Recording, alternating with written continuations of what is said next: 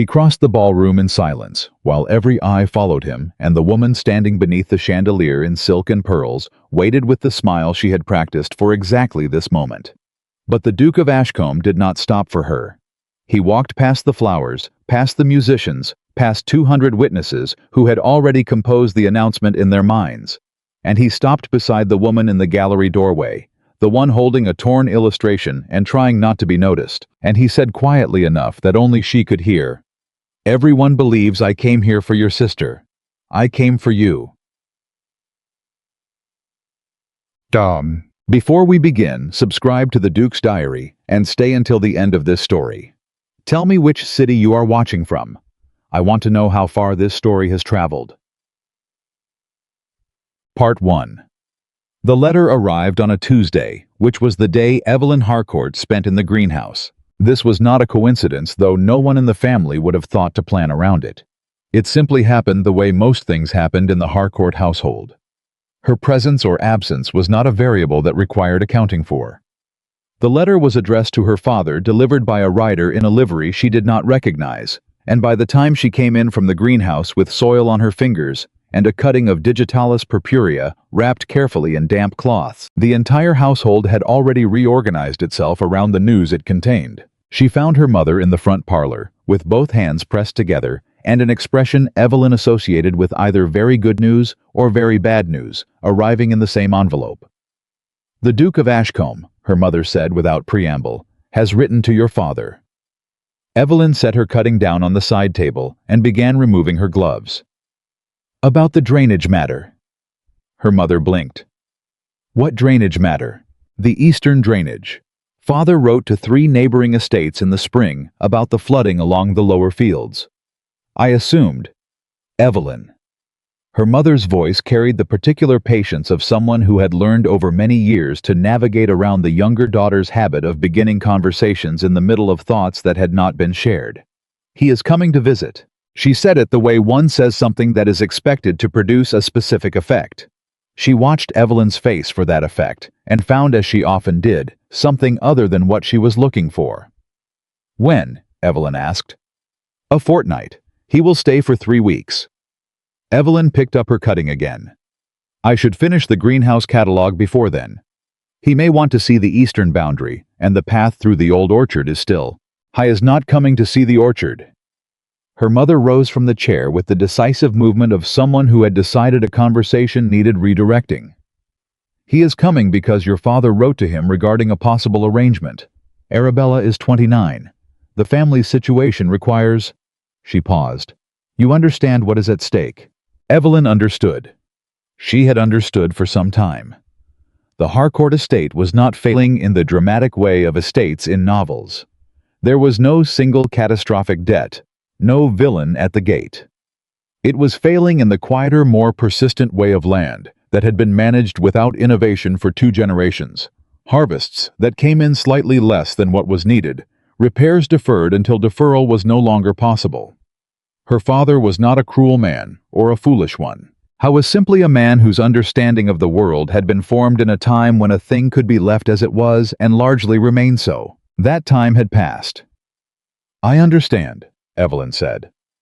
Her mother's expression softened by a fraction, not with warmth exactly, but with the particular relief of a woman who has delivered a difficult thing and found it received without argument. "Good. Then you understand that for the next 3 weeks, the household will be focused on giving Arabella every possible opportunity." Evelyn nodded. "The greenhouse catalog," her mother added, with the gentleness of someone removing something fragile from a place where it might be damaged, "can wait." Arabella took the news with the elegant composure she brought to most things, which was not the same as indifference. She sat in front of her mirror that evening, while her maid arranged her hair and asked questions with the precision of someone conducting a strategic assessment. "What do we know about him?" Their mother was seated nearby, consulting a letter from a cousin who had once attended a dinner at Ashcombe. "He is 36. Unmarried, which at his age suggests either particular standards or particular difficulty. His estate is considerable, much larger than your father's account suggested. He made significant improvements to the tenant villages 3 years ago. There was some financial matter before that, which was quietly resolved. He is respected. Not widely liked, but respected. There is a difference, Arabella observed. A significant one, their mother agreed. Evelyn, who had been sitting near the window with a book she was not reading, said, "He reformed the agricultural system on his estate. He introduced crop rotation and drainage improvements that reduced flooding on the lower land by nearly half. The results were documented in the Journal of Rural Economics." Both women looked at her. "I read it," Evelyn said simply. Arabella turned back to the mirror. "Is he handsome?" Their mother consulted the letter again. "The cousin describes him as striking, with an air of authority." "That could mean anything," Arabella said with the detachment of a woman who had learned to be realistic about descriptions of eligible men. "It usually means he is not immediately charming," Evelyn offered, "but improves on closer observation." Arabella looked at her in the mirror. There was a moment, brief, not unkind, in which the elder sister seemed to consider something before deciding against it. "You are in a particular mood tonight." "I am always in a particular mood," Evelyn said.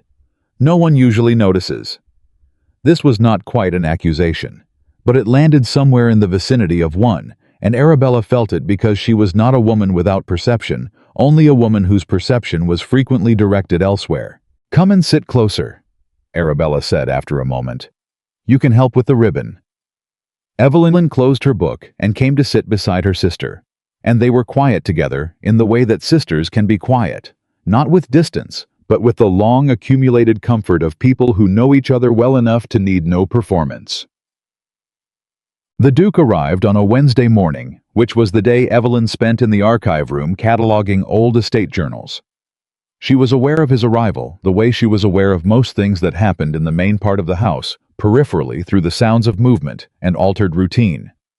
The increased pace of footsteps in the corridor, the clatter of the best china being relocated, her mother's voice at a register that indicated guests of significance. She finished the journal entry she was copying before she went to the window. He was standing in the drive below, speaking with her father. She had expected a man who looked like a duke, the way she expected most things she had read about, with the slight readiness to find the description approximate. But the description was in this case accurate in the way that precise language is accurate when it has been chosen carefully. He was tall, broad across the shoulder, dressed without ostentation, in a dark coat that looked as though it had been made to be worn rather than admired. He stood with the stillness of someone who was not performing stillness. It was simply his natural posture.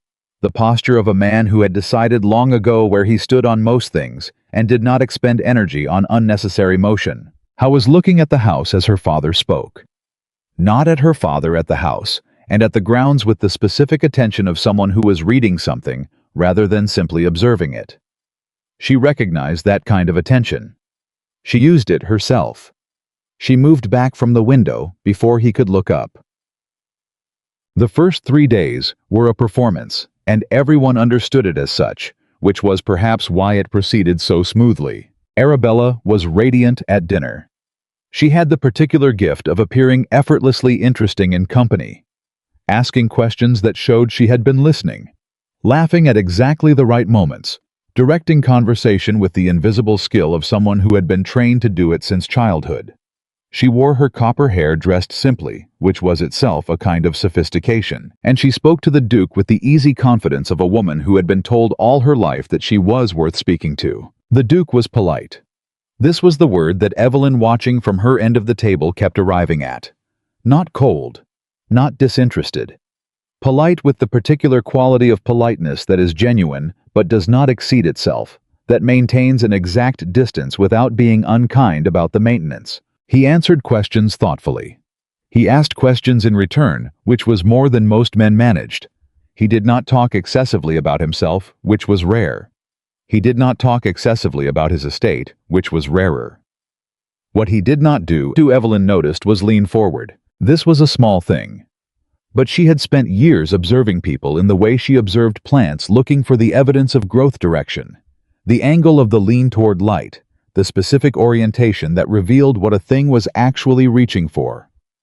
A person who is genuinely interested in the person across from them leans almost imperceptibly forward. The Duke remained precisely where he had settled himself, upright, engaged, present, but not reaching. On the second evening, he disappeared after dinner. Her father assumed he had gone to his room. Her mother assumed he was composing correspondence. Arabella, who had been prepared for a walk in the garden and had declined to show it, said nothing. Evelyn, who had also gone out after dinner for entirely different reasons, found him at the edge of the East Wood. Howe was standing at the boundary between the maintained garden and the older forest beyond it, looking at the trees. Not romantically, not with the posture of a man seeking atmosphere. With the focused attention of someone examining something specific. He had a small notebook in one hand, though he was not writing in it. She stopped at a distance when she saw him. Her instinct was to retreat, to slip back along the path and give him the privacy of his observation. But the path made a sound when you retreated along it, and the sound made him turn. They looked at each other across perhaps 30 feet of evening garden. "Miss Harcourt," he said. He had a low, even voice, and he used her name without the slight uncertainty that people sometimes had when addressing her, as though they were not quite sure they had remembered it correctly. "My lord," she paused. "I apologize. I did not intend to interrupt." "You haven't." He glanced back at the tree line, then at her. "Do you know this part of the estate?" "Yes." She hesitated, then added, because it was simply true. "Better than most of it." Something shifted in his expression, not a smile exactly, but the antecedent of one. "Then perhaps you can tell me what happened to the oak stands on the eastern boundary." She blinked. "They were damaged in a storm 12 years ago. Several of the largest came down. The thinning was handled poorly afterward, the secondary growth came in at the wrong density, and the understory has been struggling since." He looked at her. "What remained should have been cleared more selectively," she continued, because he was looking at her in a way that suggested he was actually listening, which was not a thing she encountered frequently, and which had the effect, as it always did, of making her speak more than she had intended. "The light isn't reaching the floor. You can see it in the moss coverage. It's too thick in patches and the wrong varieties. The soil is holding too much moisture in the north corner." He turned back to the tree line and looked for a moment. "I noticed the moss," he said. "I couldn't account for it. The drainage was never corrected after the storm." She moved forward without quite deciding to stopping at a better vantage point. "The runoff from the hill above redirected. It's been pooling at the base of the north slope for a decade." He turned his head to look at her directly. In the evening light, his eyes were gray, a particular shade of gray that she would later try to describe to herself and settle on as the color of a sky that has made a decision about the weather. "How do you know this?" "I keep records," she said. "Journals. I've been documenting the estate grounds for 7 years. She paused. "It started as botanical illustration. It became something else." Howe was quiet for a moment. Then, what would correct it? She almost said, "I'm sorry," because no one had ever asked her that before, not in precisely that way, not with the particular directness of someone who had heard what she said and wanted to know what followed from it. Instead, she said, "A drainage channel along the north face of the hill, and selective clearing in the stand closest to the boundary, taking perhaps a third of the secondary growth to restore the light balance." She paused. "It would take 2 seasons to see the effect." He wrote something in his notebook. She became aware then of having been standing at the edge of the East Wood with the Duke of Ashcombe for some minutes, speaking about drainage and understory growth, and that this was not what the next 3 weeks had been organized around. "I should go back," she said. "Yes." He closed his notebook. "Thank you, Miss Harcourt." She walked back along the garden path. She did not look behind her. On the 4th day, she found him in the library. This was where she had not expected to find him, because the library at Harcourt was not a room people spent time in socially. It was a room people walked through to reach other rooms, or used briefly when they needed to produce evidence of a book they had allegedly read. The actual reading happened elsewhere, if it happened at all. Evelyn read there every morning. She had been reading there every morning since she was 12 years old, and she had never once encountered another member of the family doing the same. She came in with her journal under her arm and stopped when she saw him. Howe was standing at the shelves near the window, not browsing, but reading with his back to her, and the book held at reading distance, rather than the polite scanning distance of someone performing interest in books they do not intend to open. He had not heard her come in. She considered leaving. Then she noticed which shelf he was standing at. The botanical section. The row of illustrated journals and estate records that she had organized and in some cases rebound herself over 7 years. The section that no one else in the house knew existed in any meaningful sense. He turned a page. She should leave. She knew she should leave. But she took 2 more steps into the room instead, because the instinct that had sent her to the East Wood the previous evening was the same instinct operating now, the specific, difficult-to-suppress curiosity of someone who has spent years observing things carefully and has just noticed something that requires closer inspection. The floorboard announced her. He turned. They looked at each other across the library. "Miss Harcourt," he said with the same certainty of address as before. "My lord, I didn't know anyone was in here. I hope I haven't displaced you." He did not step back from the shelf, which she registered as honest rather than inconsiderate. "This section." He glanced at the row of volumes, then back at her. "These are more recent than the rest of the library." "Yes." She came further in. "The older botanical volumes are my grandfather's. The newer ones are mine." He looked at her, then at the shelf, then at her again. "You wrote these, illustrated them, and wrote the observation records." She set her journal on the reading table. "They aren't published. They're working documents." He pulled one from the shelf with the careful grip of someone who understands that paper is a material with specific requirements. He opened it, not at the beginning, but somewhere in the middle, which told her he had been in this section before today. He looked at the page he had opened to a detailed illustration of the eastern meadow, with handwritten notes on soil composition, drainage behavior, and the relationship between plant distribution and underlying terrain. "This is not what I expected," he said. "What did you expect?" He looked at her with the direct steadiness that she was beginning to understand was simply how he looked at things. "Flower studies." "Flower studies have their place," she said. "But a flower study doesn't tell you why the Filipendula ulmaria is growing in that particular corner of the meadow and not another. Why is it? Underground spring. There's a secondary aquifer about 4 feet below the surface at that point. The plant distribution maps it almost exactly if you know what to look for." He looked at the illustration again. Then he said, "Could I borrow this one?" She was quiet for a moment. In 7 years of keeping those journals, no one had ever asked to borrow them. They had been in every meaningful sense invisible. Present in the library, organized and maintained, simply never seen. "Yes," she said. He took it with the particular care of someone who intended to return it in the condition in which it had been received, and she believed him, and she was not certain why she believed him so immediately, except that there was something in the way he held things that communicated his relationship to objects of value, careful without performance. "Thank you," he said. He left the library. She sat down at the reading table and opened her journal and did not read a single word of it for 20 minutes. That evening at dinner, her mother had arranged a musical entertainment. Arabella played the pianoforte with genuine skill, and the Duke listened with the same courteous attention he brought to everything. And afterward, there was the sort of conversation in the drawing room that these evenings were designed to produce: warm, pleasant, lightly competitive in the way of social performance, everyone showing their best aspect in the best light. Evelyn sat slightly to the side, which was where she habitually sat, and listened. At one point, her mother said with the particular lightness of a comment designed to land somewhere specific, "Evelyn has her father's love of scholarship. She is always in the library or the greenhouse. We are never quite sure what she finds there." It was not unkind. It was the kind of remark that presents absence as charming eccentricity rather than dismissal. Evelyn had heard versions of it her entire adult life. She looked at her hands. The Duke said, "I know what she finds there." The drawing room went briefly quiet, in the way rooms go quiet when something unexpected has been said in a conversational register that was not prepared for it. He did not elaborate. He turned to Arabella and asked a question about the piece she had played, and the conversation resumed its previous direction.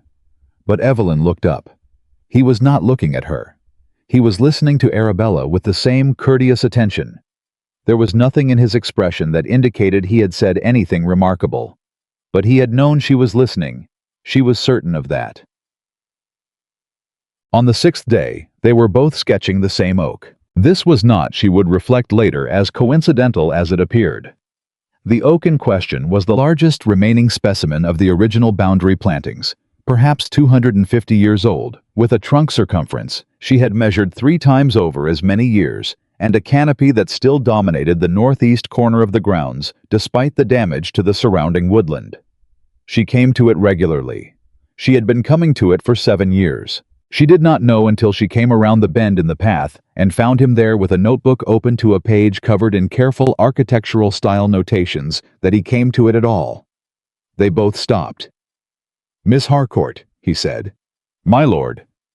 A pause in which the absurdity of both of them having independently arrived at the same tree was acknowledged without being spoken. "Sit where you intended to sit," he said. "It is large enough." She sat down on the root buttress. She always used the southeastern one, where the curve of the wood was exactly right for her back, and the light came through the canopy at the correct angle for close work. He returned to his own position on the north side. They were perhaps 15 feet apart. She opened her journal. She intended to do the season's final measurement notations. She had been noting the canopy spread every autumn for 5 years and had accumulated data that she found genuinely interesting regarding the rate of change relative to moisture conditions. She heard him writing. After perhaps 10 minutes, he said, "How old do you estimate it?" 240 to 260 years, she said without looking up. The ring data from a fallen companion specimen in 1897 put that one at 220. This one is larger. The growth rate in this soil type suggests roughly 20 years difference. A pause. "You have records from 1897. My grandfather kept meticulous records.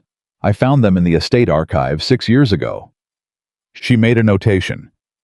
"They were misfiled with the household accounts. Most people assumed they were expenditure ledgers. But you opened them."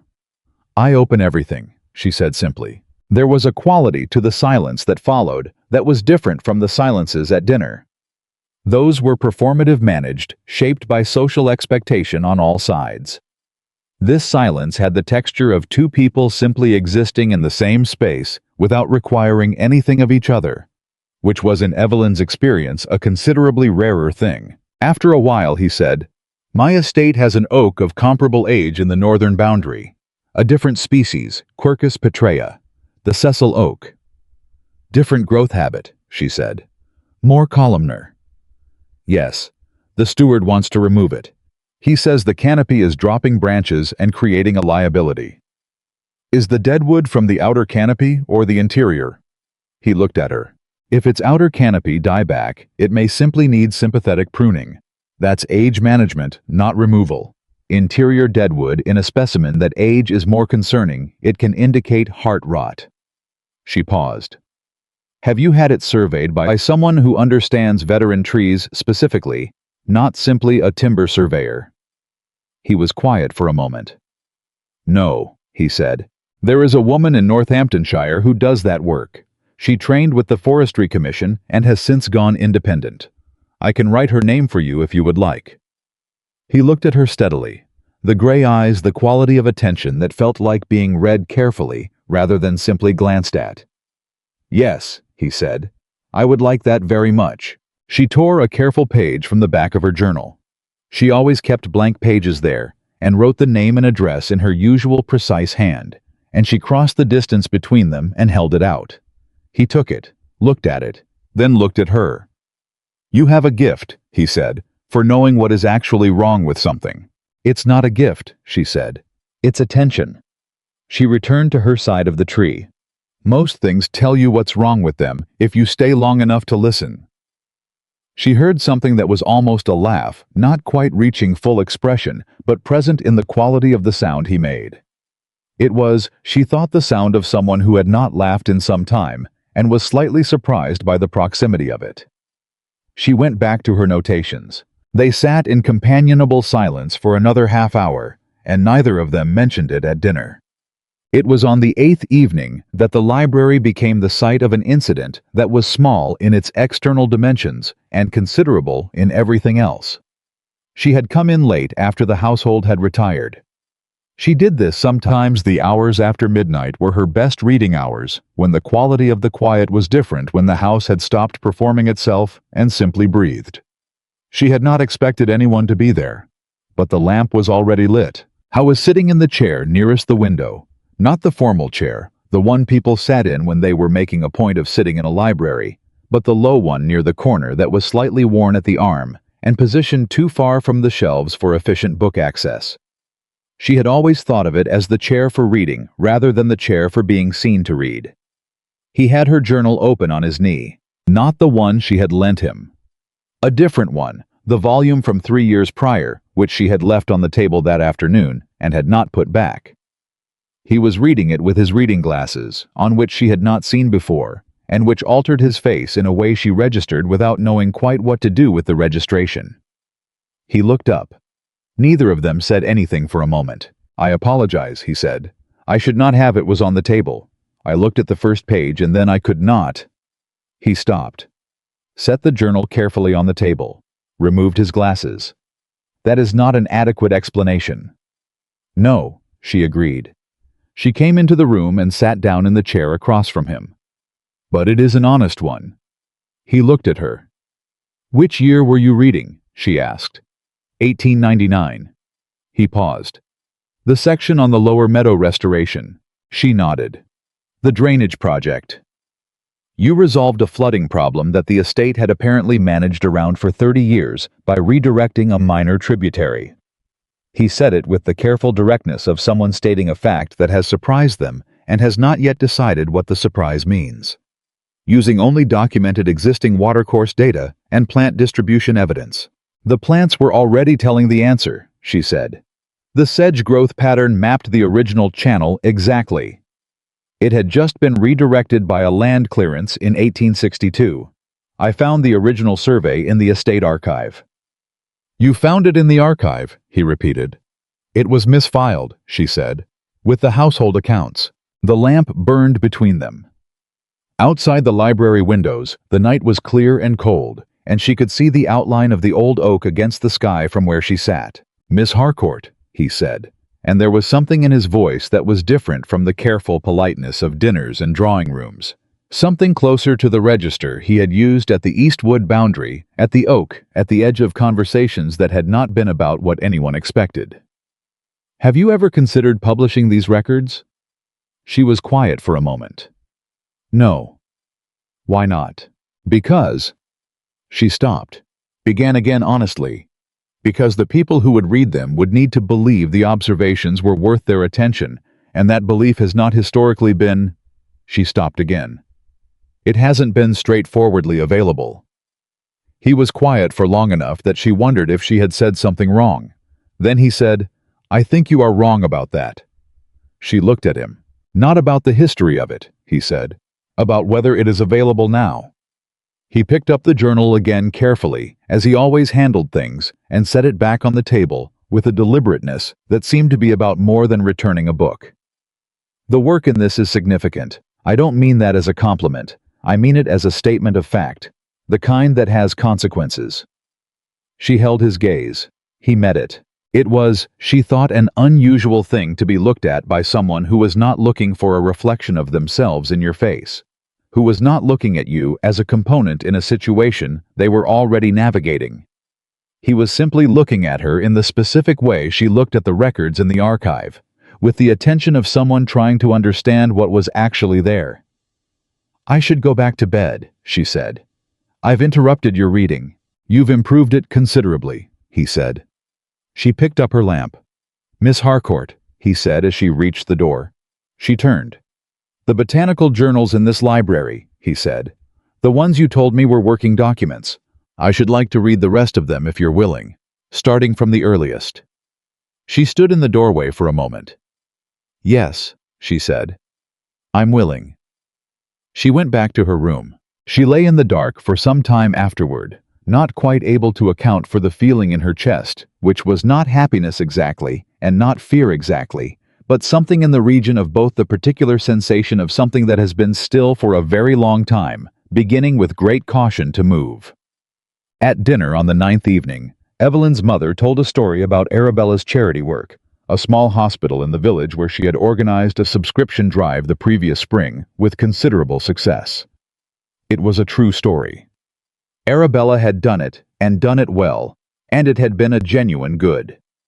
The Duke listened with his courteous attention and asked questions, and Arabella answered them gracefully, and the evening proceeded as these evenings were supposed to proceed.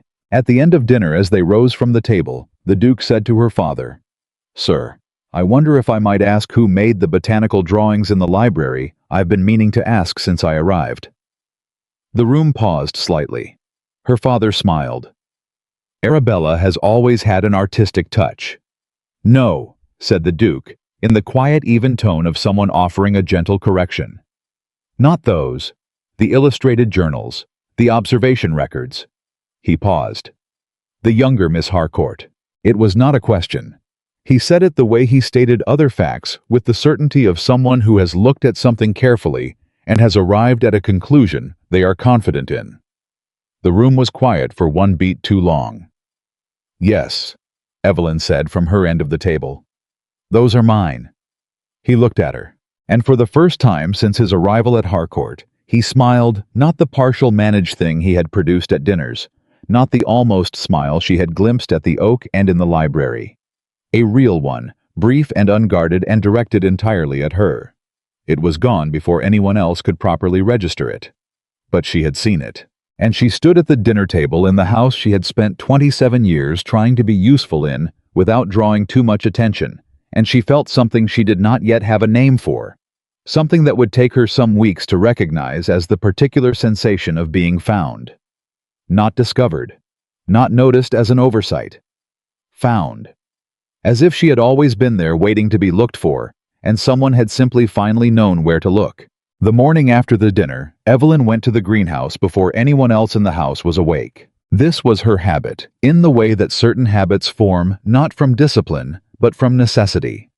The greenhouse was the one place in the Harcourt estate where she was not performing anything, where her presence required no management, no calibration to the expectations of the room. She could simply be the person she was when no one was watching, which was, she had long ago concluded, the most useful version of herself. She repotted 2 cuttings that had been waiting. She made notes in the small field journal she kept separate from the library volumes. A working journal, rougher, full of revisions and crossed-out measurements. She checked the moisture levels in the propagation trays. She thought about the Duke's smile. She was doing this, she recognized, with a degree of attention that was disproportionate to the event itself. It had been a smile, a brief one, produced at the end of a dinner during which he had made a simple identification of authorship. This was not by any reasonable measure a significant occurrence, and yet she had thought about it through the remainder of the evening and through the hour before sleep. And now again in the greenhouse, with her hands in the soil, and the early light coming gray through the glass. She told herself firmly, being extremely foolish. She transplanted 3 more cuttings. She continued being extremely foolish. I was in the library again that morning. She knew this because Thomas the Harcourt's senior footman mentioned it while delivering her breakfast tray to the small sitting room she used when she did not go down for the formal morning meal. Thomas had the particular quality of the long-serving household staff. He observed everything and volunteered nothing, but when he spoke, it was because the information was useful. "His Grace has been in the library since 7, Thomas said. He asked if you would be available to walk the eastern boundary this morning." Evelyn looked at her tea. "He asked for me specifically." "He did, miss." She considered this. "What did my mother say?" A pause so brief it might have been nothing. Mrs. Harcourt was not present when the inquiry was made. She looked at Thomas. He met her gaze with the practiced neutrality of a man who had made no comment of any kind. "Tell him I will be ready at 9, she said.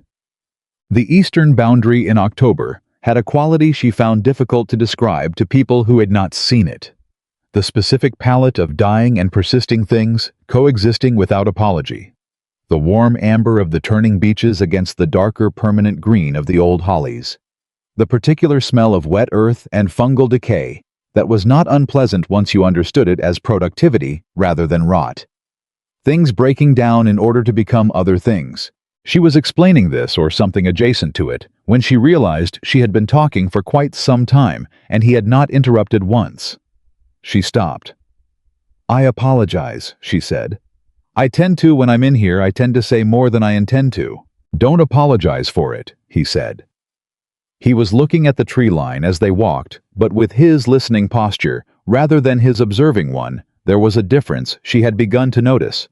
When he was observing, he went still. When he was listening, there was a slight tilt in his head, a fractional orientation toward the source of the words. "You were explaining why you started documenting the tenant villages." She had been. She had somehow gone from describing the beaches to explaining the methodology behind the third volume of her journals, which covered not the ornamental grounds, but the farmland and the village commons to the northeast of the estate. "It began because I noticed the orchards were failing," she said, picking up the thread. "Not all of them. Just the ones on the heavier clay soil near the northern tenant farms. The families there had been managing them the same way for 3 generations, which is not in itself a problem. Traditional practice often has embedded logic that modern approaches miss. But in this case, the logic had been disrupted by a drainage project in the 1880s that altered the water table." "How did you know it was the drainage project specifically?" "I found the original project records in the estate archive." She smiled slightly, because she was aware of how often her sentences began with the estate archive, and because she was aware that this probably said something about her that was not difficult to read. They were filed with the building accounts for 1881. The water table measurement in the orchard records changed in the 2 seasons following. I could cross-reference it. What was the solution? Cover cropping between the rows to improve drainage and build organic matter in the clay layer. And replacing the most compromised trees with rootstock varieties better suited to wet feet. She paused. "It takes 4 to 5 years to see the full effect. I documented the first 2 seasons. I don't know what happened after I stopped visiting that section regularly." He was quiet for a moment. Then, "The families there, are they still farming the same orchards?" "As far as I know, I haven't had occasion to visit in the past year." He said nothing more on that subject. But she noticed him write something in his notebook, and she noticed the angle at which he wrote it, which was not the angle of a man making a passing note, but of a man recording something he intends to find again. They were at the far end of the eastern boundary, where the Harcourt land met an old stone wall, and the farmland beyond it fell away to the lower valley when he stopped walking. She stopped beside him. He was looking out across the valley at the distant farms, the irregular lines of hedgerows, the low November sky, beginning to make its intentions known above the ridge. He had his hands behind his back, which was a posture she had come to associate with him being more present in his own thoughts than in the external conversation. After a moment he said, "I want to ask you something." "Yes." It may seem like an unusual question." She waited. "Have you ever sold any of your journals, or copies of sections of them, through a bookseller, or a periodical, or by any other means?" She looked at him. The question was unexpected in a way she could not immediately classify, not alarming, but precise in the way of questions that are specific, because the person asking them already has a specific answer in mind, and is trying to establish whether it is correct. "Once," she said. "About 3 years ago. A bookseller in Northampton wrote to me he had heard through a botanist at the county society meeting that I kept detailed estate records. He asked if I would consider providing copies of selected sections. I sent him 4 extracts. The orchard section, the lower meadow drainage notes the section on the tenant herb gardens, and the one on the apple varieties." She paused. "He paid me a small sum. I never heard from him again. I assumed they hadn't found a buyer." The Duke was very still. Not the focused stillness of observation. Something else. Something she read after a moment, as a man arriving at the answer to a question he had been carrying for a long time. "What was the bookseller's name?" he asked. "Hartley. G.A. Hartley on Bridge Street." She paused. "Why?" He turned to look at her. His gray eyes had the quality she had first noticed at the oak, the reading quality. The attention that was trying to see what was actually there, rather than what was expected. But there was something else in it now, something that she had not seen before and could not immediately name. 3 years ago, he said, my estate in Lincolnshire experienced severe flooding. The Trent overflowed its secondary channels. We lost significant farmland, and a number of tenant cottages were damaged.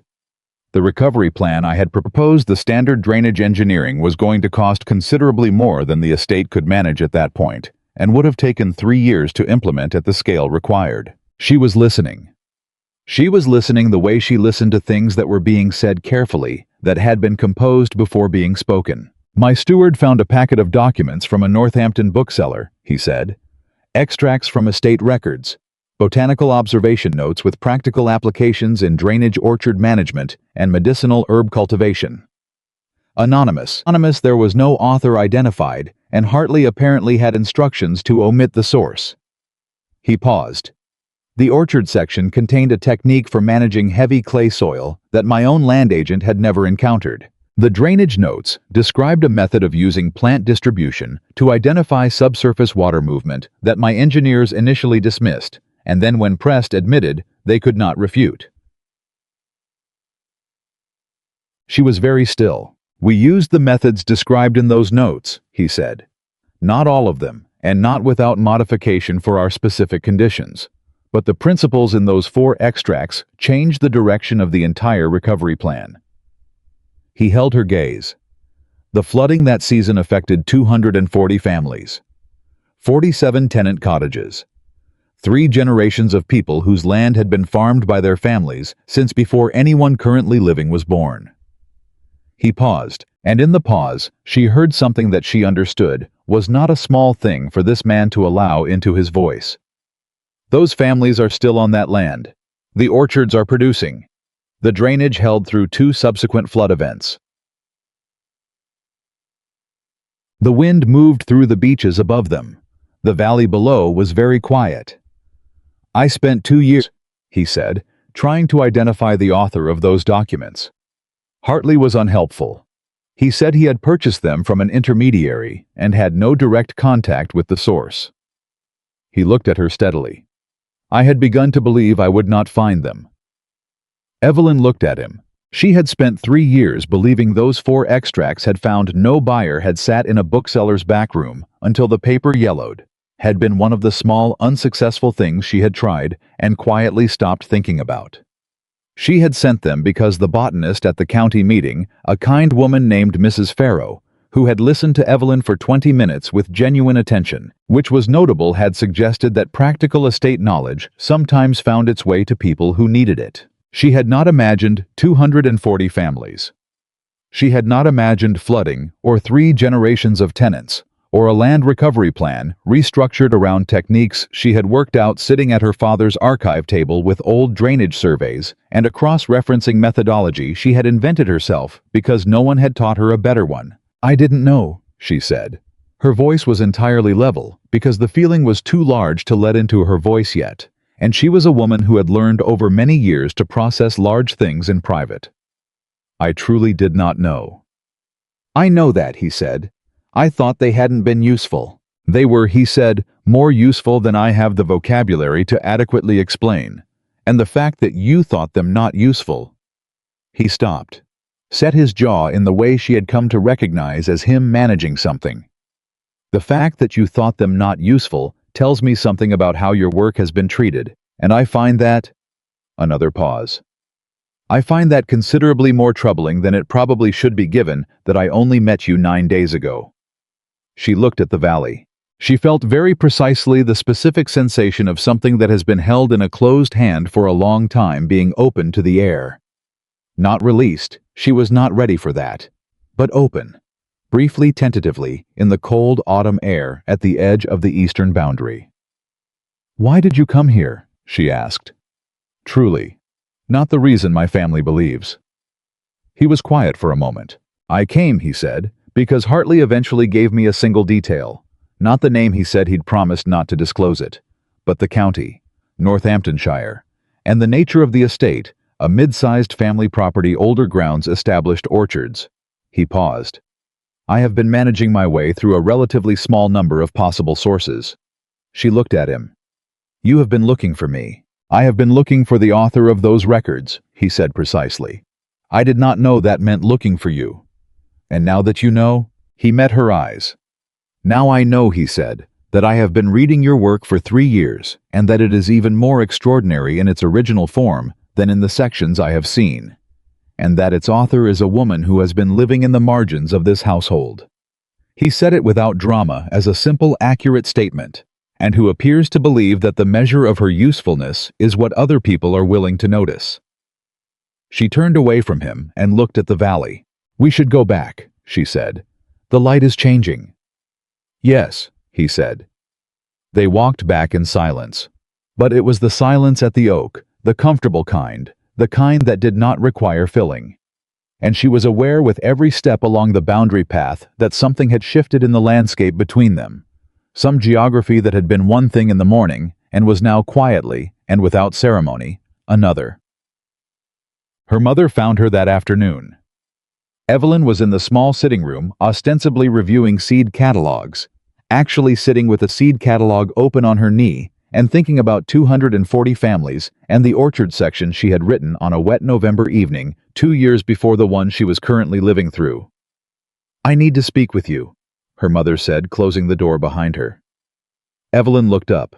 Her mother sat down in the facing chair, with the posture of someone who has been composing a conversation and is now prepared to deliver it.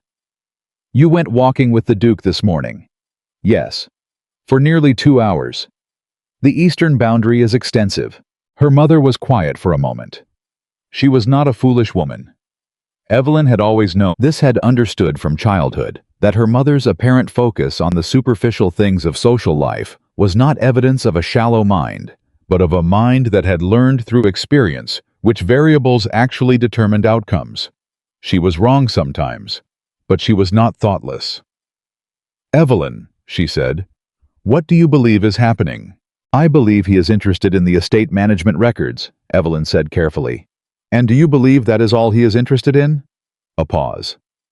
I don't know, Evelyn said honestly. Her mother looked at her for a long moment. Then she said with the specific gentleness that was more difficult to receive than sharpness. Your father has a great deal riding on this visit.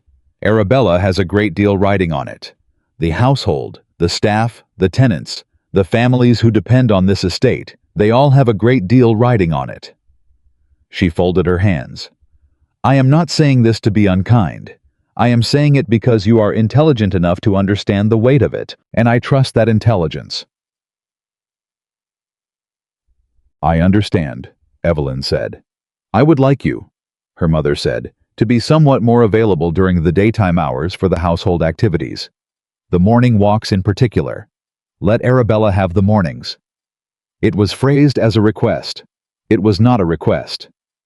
Evelyn looked at the seed catalog. Of course, she said. Her mother rose. At the door she paused, and Evelyn heard in the pause something that was not quite regret, but was in the vicinity of it, the particular sound of a woman who has said the necessary thing and would have preferred not to have to. She is fond of him, her mother said. Arabella, more than she has been willing to show. She is more frightened than she appears. This was not something her mother usually said. The offering of it felt to Evelyn like something that had cost something. I know, Evelyn said. I'll stay in. She stayed in for 2 days. She worked in the greenhouse. She catalogued. She read. She attended the formal dinners and sat at her end of the table and watched Arabella be radiant and witty and genuinely charming, and she watched the Duke be courteous and attentive, and she told herself that this was how things were arranged and how they would remain arranged, and that it was entirely right. She was in this telling not entirely convincing even to herself. On the second evening she was in the library after midnight, not to read, but because she had left a journal there that she needed for the morning's greenhouse work, and she had not thought anyone would still be in the house awake. He was in the chair, the low one near the corner. Not reading this time. Sitting with his hands clasped and his elbows on his knees in the posture she had first seen at the dinner. The slightly forward lean, the one that meant he was actually somewhere in his own thoughts. He looked up when she came in. I've disturbed you again, she said. I wasn't doing anything useful. He sat back. I was thinking. She retrieved the journal she had come for and was at the door before she stopped. She was not certain why she stopped. She told herself she was stopping because it was polite to say goodnight. She was aware as she stopped that this was not entirely the reason. "My mother asked me to keep to the house during the mornings," she said. She did not look at him. She didn't say why. She didn't need to. He was quiet. "I want you to know," she said, "that I think that is the correct decision, under the circumstances." She paused. "I also want you to know what you told me at the boundary, about the families, about the flooding." She stopped, found those words somewhere, and said them. "It was the first time in my life that I understood my work as having done something real, beyond what I could see from here." She looked at the journal in her hands. "I won't forget it, whatever happens with the rest of this visit." She heard him stand. She did not turn around. "Miss Harcourt," he said. "Good night, my lord." She walked back to her room. The next morning, Arabella came to find her in the greenhouse. This was unusual. Arabella did not come to the greenhouse. She found it, she had said on one occasion, a little too purposeful for a morning visit. She came in now with her shawl pulled around her shoulders, and an expression that Evelyn recognized not from Arabella's own repertoire, but from having seen its equivalent in the mirror on certain mornings. The expression of someone who has been awake for part of the night, thinking about something they are not sure they have the words for. "He asked about you again," Arabella said. Evelyn looked up from the propagation tray. "At breakfast, he asked Thomas if you would be joining the household for the morning walk." Arabella's voice was very even. "Thomas said you would not be available." "I had work to do here." "Evelyn." Arabella sat down on the old wooden stool near the door, the stool that had been there since childhood, too uncomfortable to use regularly and too familiar to remove.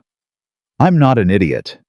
I know that, and I am not going to pretend that I don't see what I see."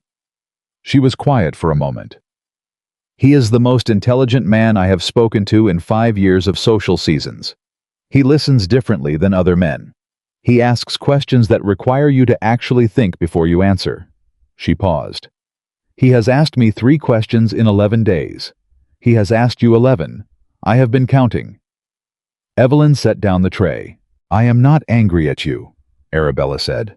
"I want to be absolutely clear about that, because I know it would be easier to be angry, and I have chosen not to be, and I need you to know it is a choice." She looked at her hands. "I am afraid. I am very afraid of what happens to this family if this visit does not produce the outcome Father is expecting." "I know. And I am also—" She stopped. Started again in the lower register that she used when she was being honest rather than composed.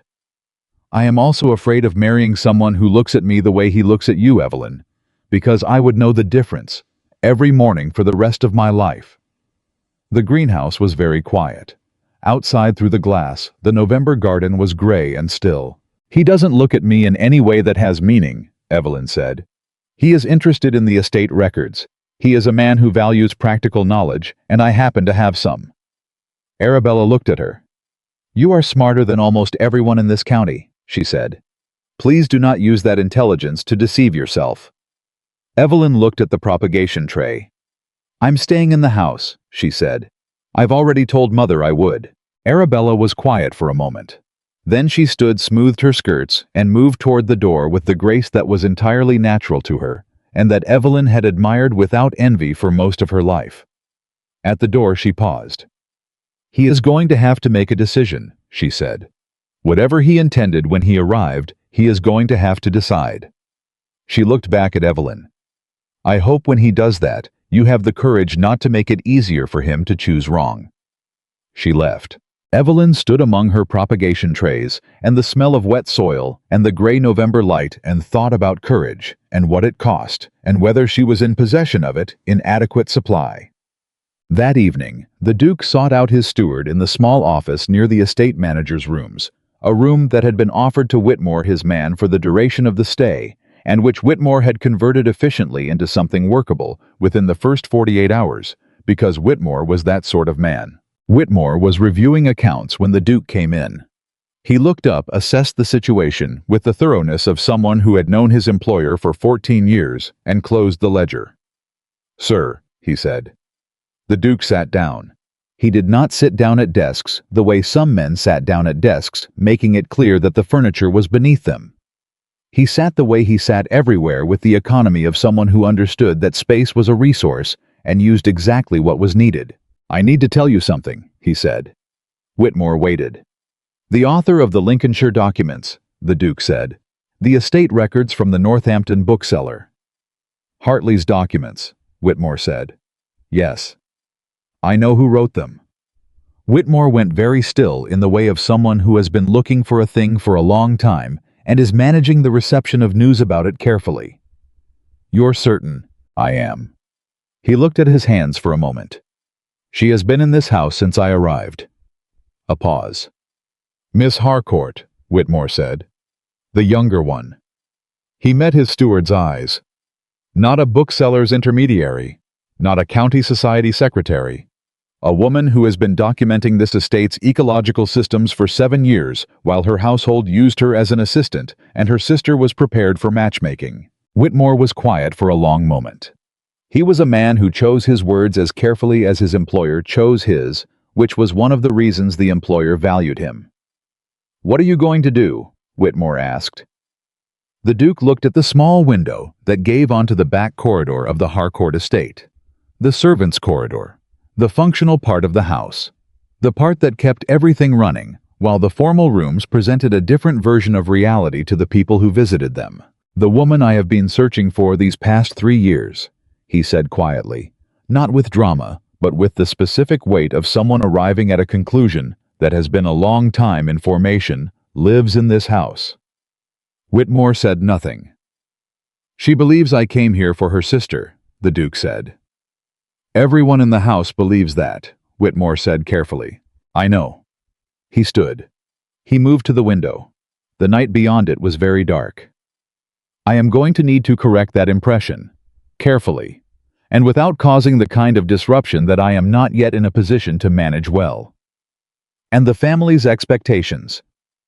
"The family's expectations," the Duke said, "were formed before I understood what I was walking into." He turned from the window. "They will need to be reformed around a different outcome." Whitmore looked at him with the expression of a man who has watched his employer navigate very difficult situations before and has developed a cautious respect for the outcomes. "And Miss Evelyn Harcourt," he said.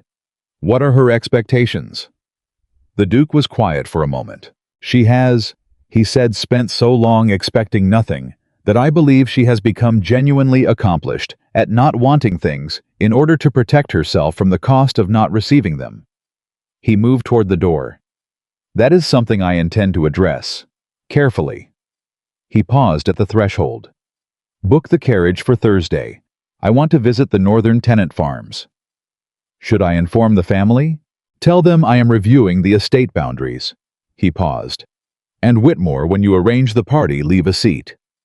Whitmore raised his eyebrows very slightly. "For the younger Miss Harcourt," the Duke said, "if she chooses to come."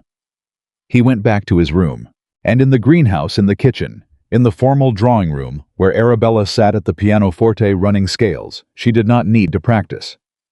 The Harcourt household moved through its evening in the ordinary way of households that do not yet know that everything is about to rearrange itself. Outside, the November sky was clear and very cold, and the stars above the eastern wood were the same stars that had been above it for 200 years, and below them the old oak stood in the dark and held its ground as it had always done through every winter it had been asked to survive. The invitation came from the Pembrokes of Ashfield, a grand midsummer ball, the kind that the county organized once every few years, when the collective social energy had built to a point requiring formal release. The Pembrokes had the house for it, a ballroom that could hold 300 grounds that rolled down to a river, enough staff to manage an event of that scale without visible seams. It was not the sort of invitation one declined. It arrived in late April, by which point the Duke of Ashcombe had extended his stay at Harcourt 3 times. The first extension had been explained as estate business. There were drainage matters to review with the local land agent, which was true, and which no one questioned, because it was the kind of explanation that collapsed under examination, only if you were already looking for the collapse. The second extension had coincided with a cold spell that made travel inadvisable, which was also true, though the cold spell had lasted 3 days and the extension had lasted 3 weeks. The third had not been explained at all, which was everyone understood a statement of its own. The county had been watching. This was not paranoia on Evelyn's part. She had spent enough of her life at the edges of social gatherings to understand how observation functioned in a community of this size and density, how information moved, how interpretation preceded fact, how the appearance of a thing acquired the weight of the thing itself long before the thing was confirmed. The Duke of Ashcombe had been at Harcourt for 4 months. He came to the formal dinners. He walked the grounds. He had twice attended Sunday service in the village church, which placed him in the public eye in a context that people read as declaration rather than courtesy. The county had decided he was about to propose to Arabella Harcourt. This was not an unreasonable conclusion. The 4 months had not been simple. After the conversation in the greenhouse, Evelyn had maintained what she privately thought of as the correct arrangement. She attended dinners. She did not seek him out in the library. She did not go to the eastern boundary alone. She was pleasant at the table, and she did not ask questions that required the kind of extended specific attention that their conversations had taken on. And she told herself, with the discipline of someone who has practiced managing her own expectations for a long time, that this was the appropriate thing. He made it considerably more difficult than she had anticipated, not through declaration or persistence of the kind she might have been equipped to rebuff. Through smaller things, which were harder to navigate because they did not present themselves as things requiring navigation. He asked Thomas to save the morning papers for her specifically, because he had noticed in the first week that she read them after everyone else had finished, and sometimes found them gone. He left books on the library table with slips of paper marking particular pages, not with notes, simply marked as though to say, "This might interest you." Once after dinner, when her father had made a comment about the estate records that was not quite dismissive, but in the vicinity of it, the Duke had said with complete evenness, "Miss Harcourt's methodology is in my experience more rigorous than most published approaches. I'd be interested in your father's specific objection." He had said it to her father, but she had felt it land somewhere it was not quite aimed. She had not known what to do with any of it. So she had done what she always did with things she did not know what to do with. She had catalogued them carefully and continued working. The Thursday visit to the northern tenant farms had happened, and then another, and then a third. Her mother had objected to the first, and then had gone quiet on the subject in the particular way that indicated she had assessed the situation and concluded that objection was no longer the most useful strategy. Arabella had said nothing at all. The tenant farms had been the clearest of things. She had walked them with the Duke and Whitmore and a local land agent named Carver, who had the wary intelligence of a man who has been told all his life that his practical knowledge is less valuable than other people's theoretical frameworks, and who had therefore learned to state things carefully and wait to see how they were received. She and Carver had gotten along extremely well from the first 10 minutes, and she thought the Duke had noticed this, and had been in the understated way of a man who does not display satisfaction, obviously satisfied. The farms were in better condition than the archive records had suggested. Not thriving, but not failing either. The drainage problems she had identified in the old journals were real, but 2 of the 3 had been partially addressed, not with the method she had outlined, but with a related approach that had been arrived at independently and had achieved most of the same effect. This had pleased her more than she expected. The idea that the land itself had pushed the people working it toward similar conclusions was, she thought, evidence of something worth believing in. She had said this to the Duke on the walk back, and he had looked at her and said, "That land and the people on it have been working the same problem together for 2 centuries. It would be strange if neither of them had learned anything." She had thought about that for 3 weeks. April became May, and May acquired the particular quality of late spring in Northamptonshire, the air softer than it had any right to be, the evenings lasting longer than seemed possible, the old oak at the eastern boundary coming into full leaf with the unhurried confidence of something that has done this before and intends to do it again. The invitation to the Pembroke ball arrived on a Tuesday. Evelyn read it at the breakfast table, while her mother discussed the required preparations with Arabella. The date was the third week of June. The dress code was formal. The guest list, her mother said with the particular breathlessness of a woman for whom guest lists were empirical data, included half the county's notable families and several from as far as Leicestershire. "The Duke will be there, of course," her mother said. "It would be extraordinary if he were not given his connections to the Pembrokes." "Of course," Arabella said with the composure she had been maintaining for 4 months. It was a remarkable composure, Evelyn thought. Genuine in its way, Arabella had decided how she was going to handle the situation, and she was handling it, which was its own form of strength. Evelyn put down the invitation and went to the greenhouse. June came with heat that sat on the county like a hand pressed flat, warm and still, and particular in the way of English summer at its most resolved. The greenhouse became too warm for comfort, and she moved more of her work to the early mornings before the day had decided on its temperature. She was there at 6 on the morning of the ball. The greenhouse at 6 in the morning was the best version of itself. The light diffuse and cool, the plants at the specific angle of maximum orientation toward the east windows. The smell of it layered in the way that familiar places are layered. Not a single smell, but the accumulated evidence of years of work, soil and water, and the particular green scent of growing things. She heard the greenhouse door. She did not turn immediately, because Thomas sometimes came to check the temperature on warm mornings. But the step was not Thomas's. "You're working," the Duke said. She turned. He was standing just inside the door in his morning coat, with the slight dishevelment of someone who had risen earlier than intended. "I usually am," she said. He came in slowly, the way he always moved in the greenhouse, with the careful attention of a guest in someone else's space, which she appreciated, because most people did not think of the greenhouse as her space in the way she thought of it. "I wanted to speak with you before this evening," he said. She turned back to the cutting she was preparing.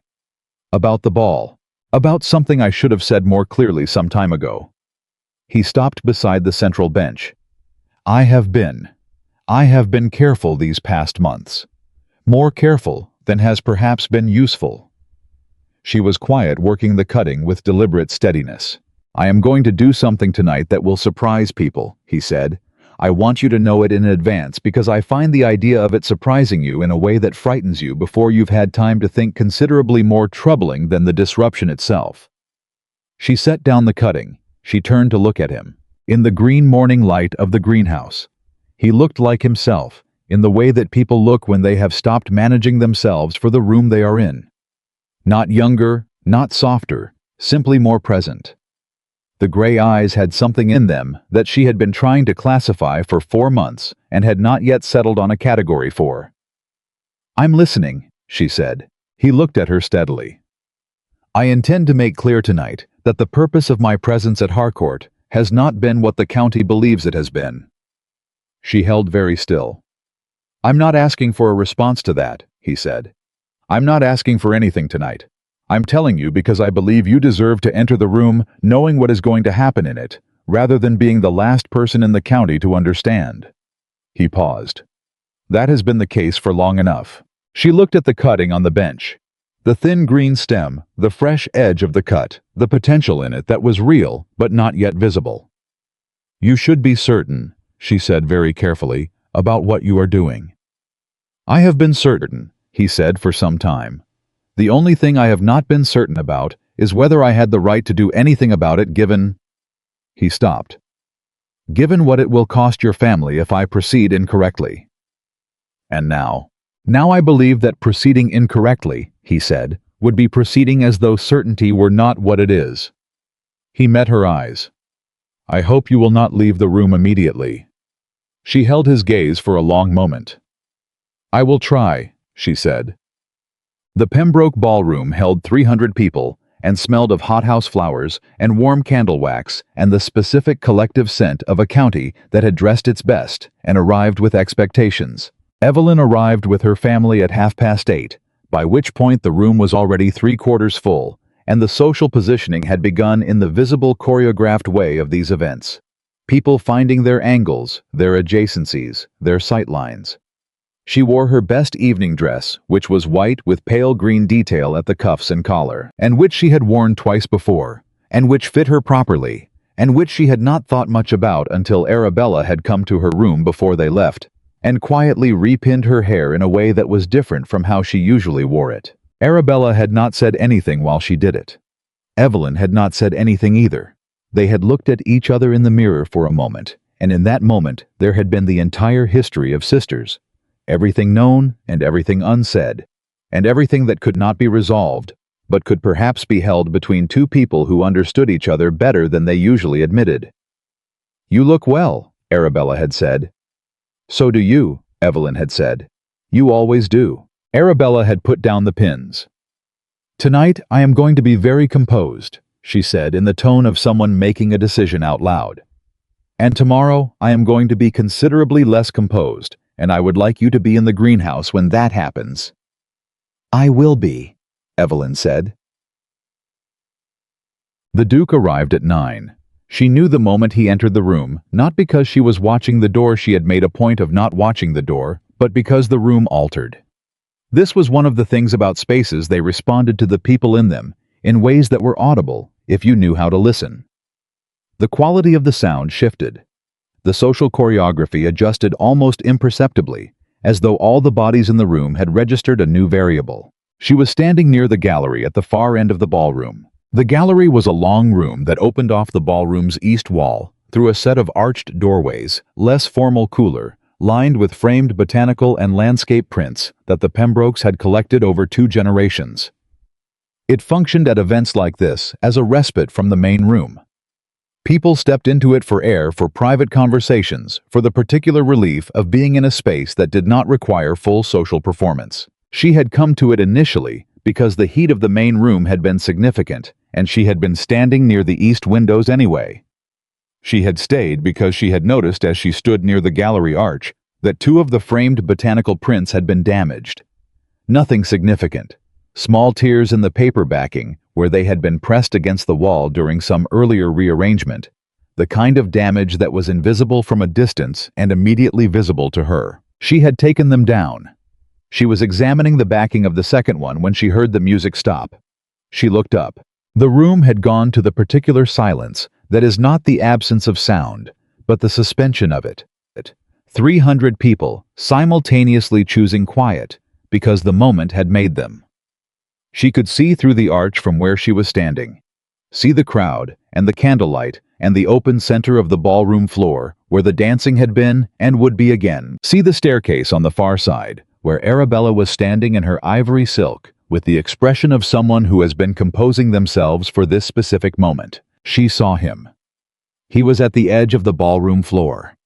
He had arrived the way he did everything, without announcement, without performance, with the complete and genuine presence of someone who existed in rooms rather than visiting them.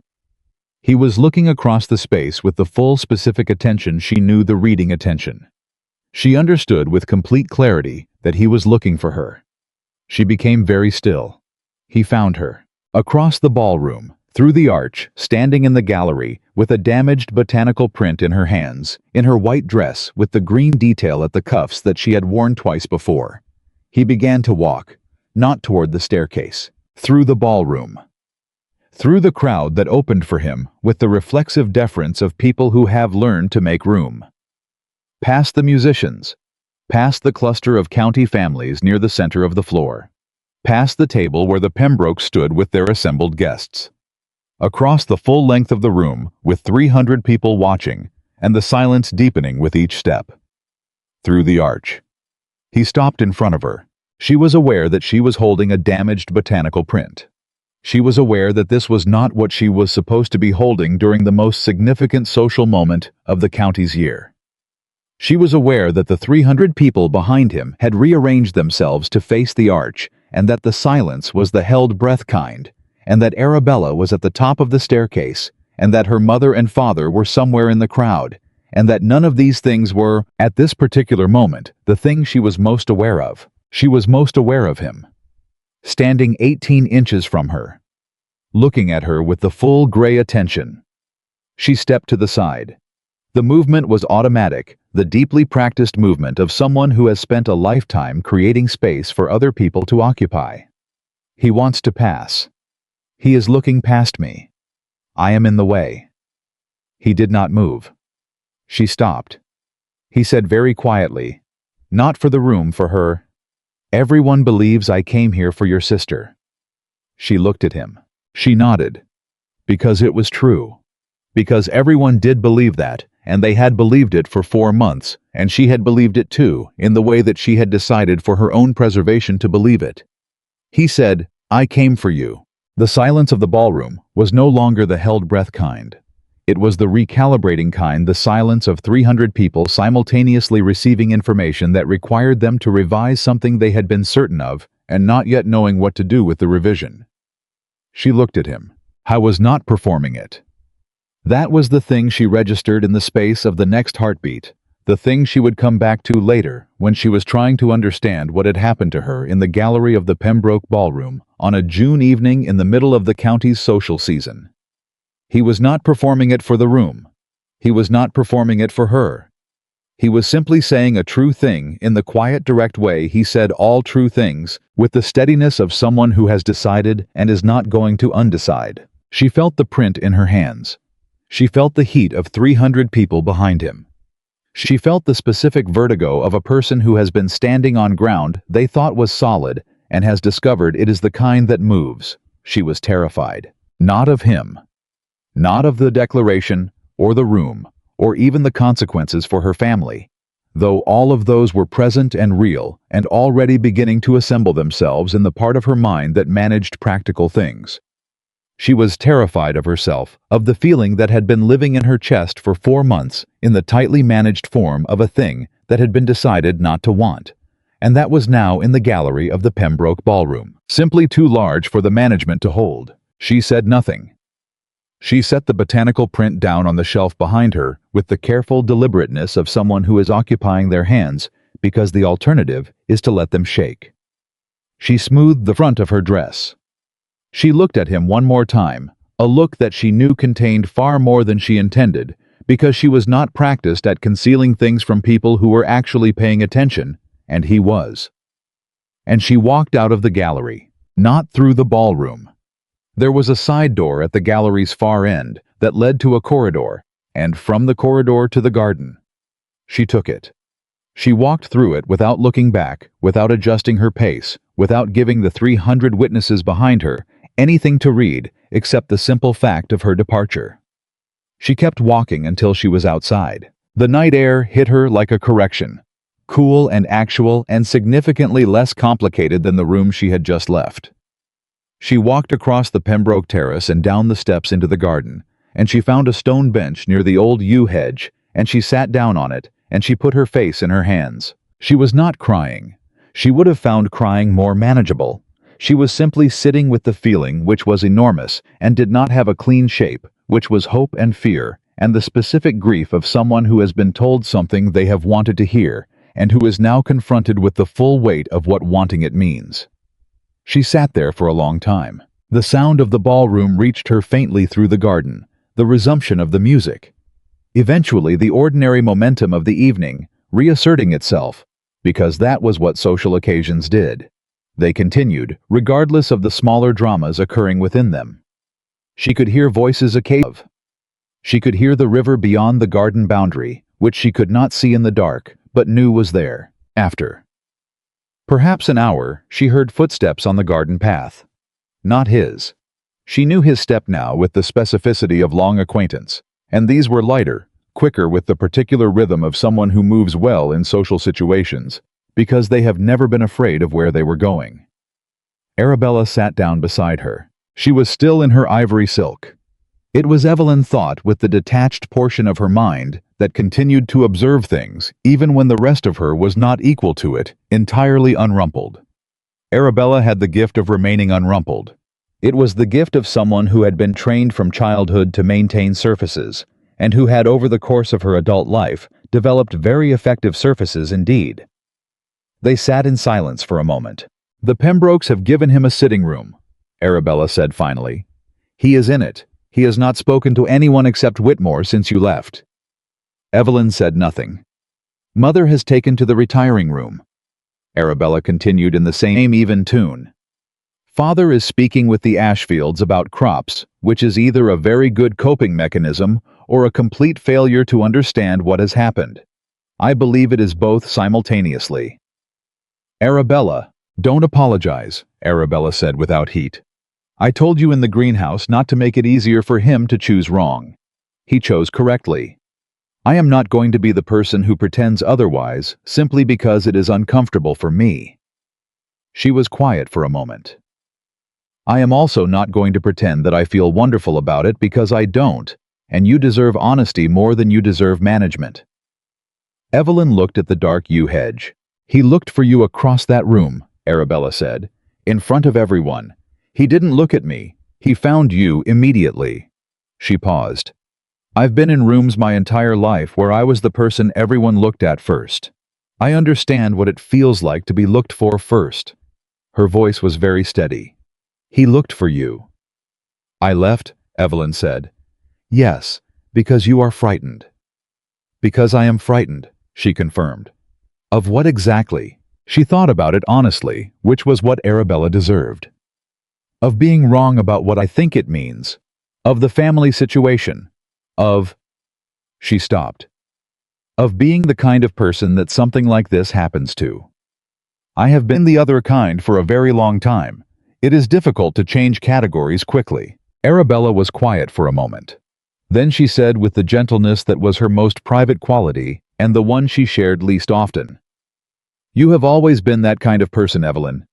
The category was other people's mistake, not yours.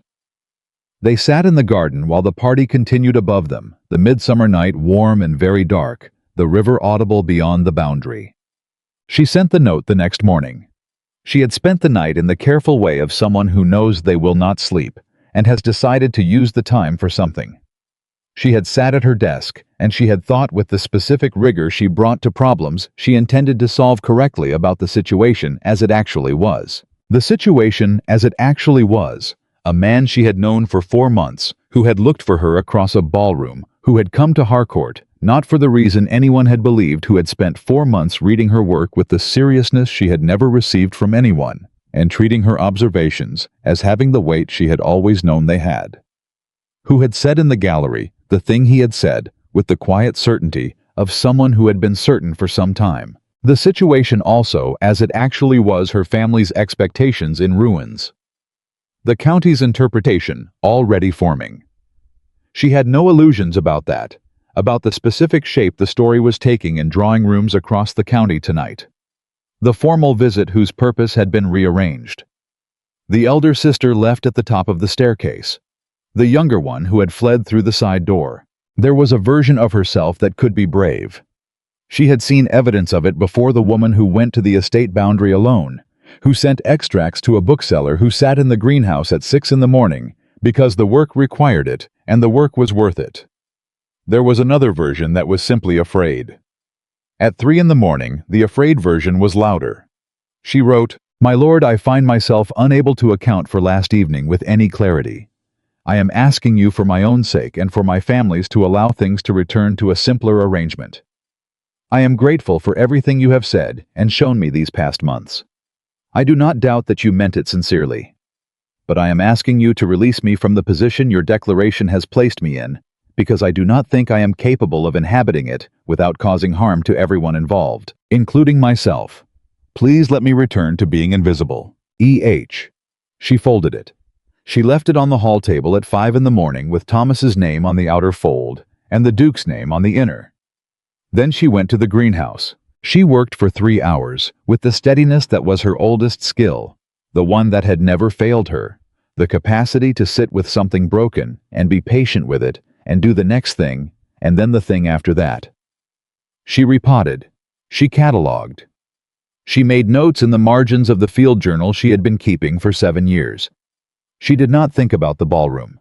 She thought about the ballroom continuously. At 8 o'clock, Thomas appeared in the greenhouse doorway with the look of a man delivering a message he has not read but has assessed from its weight and manner of composition.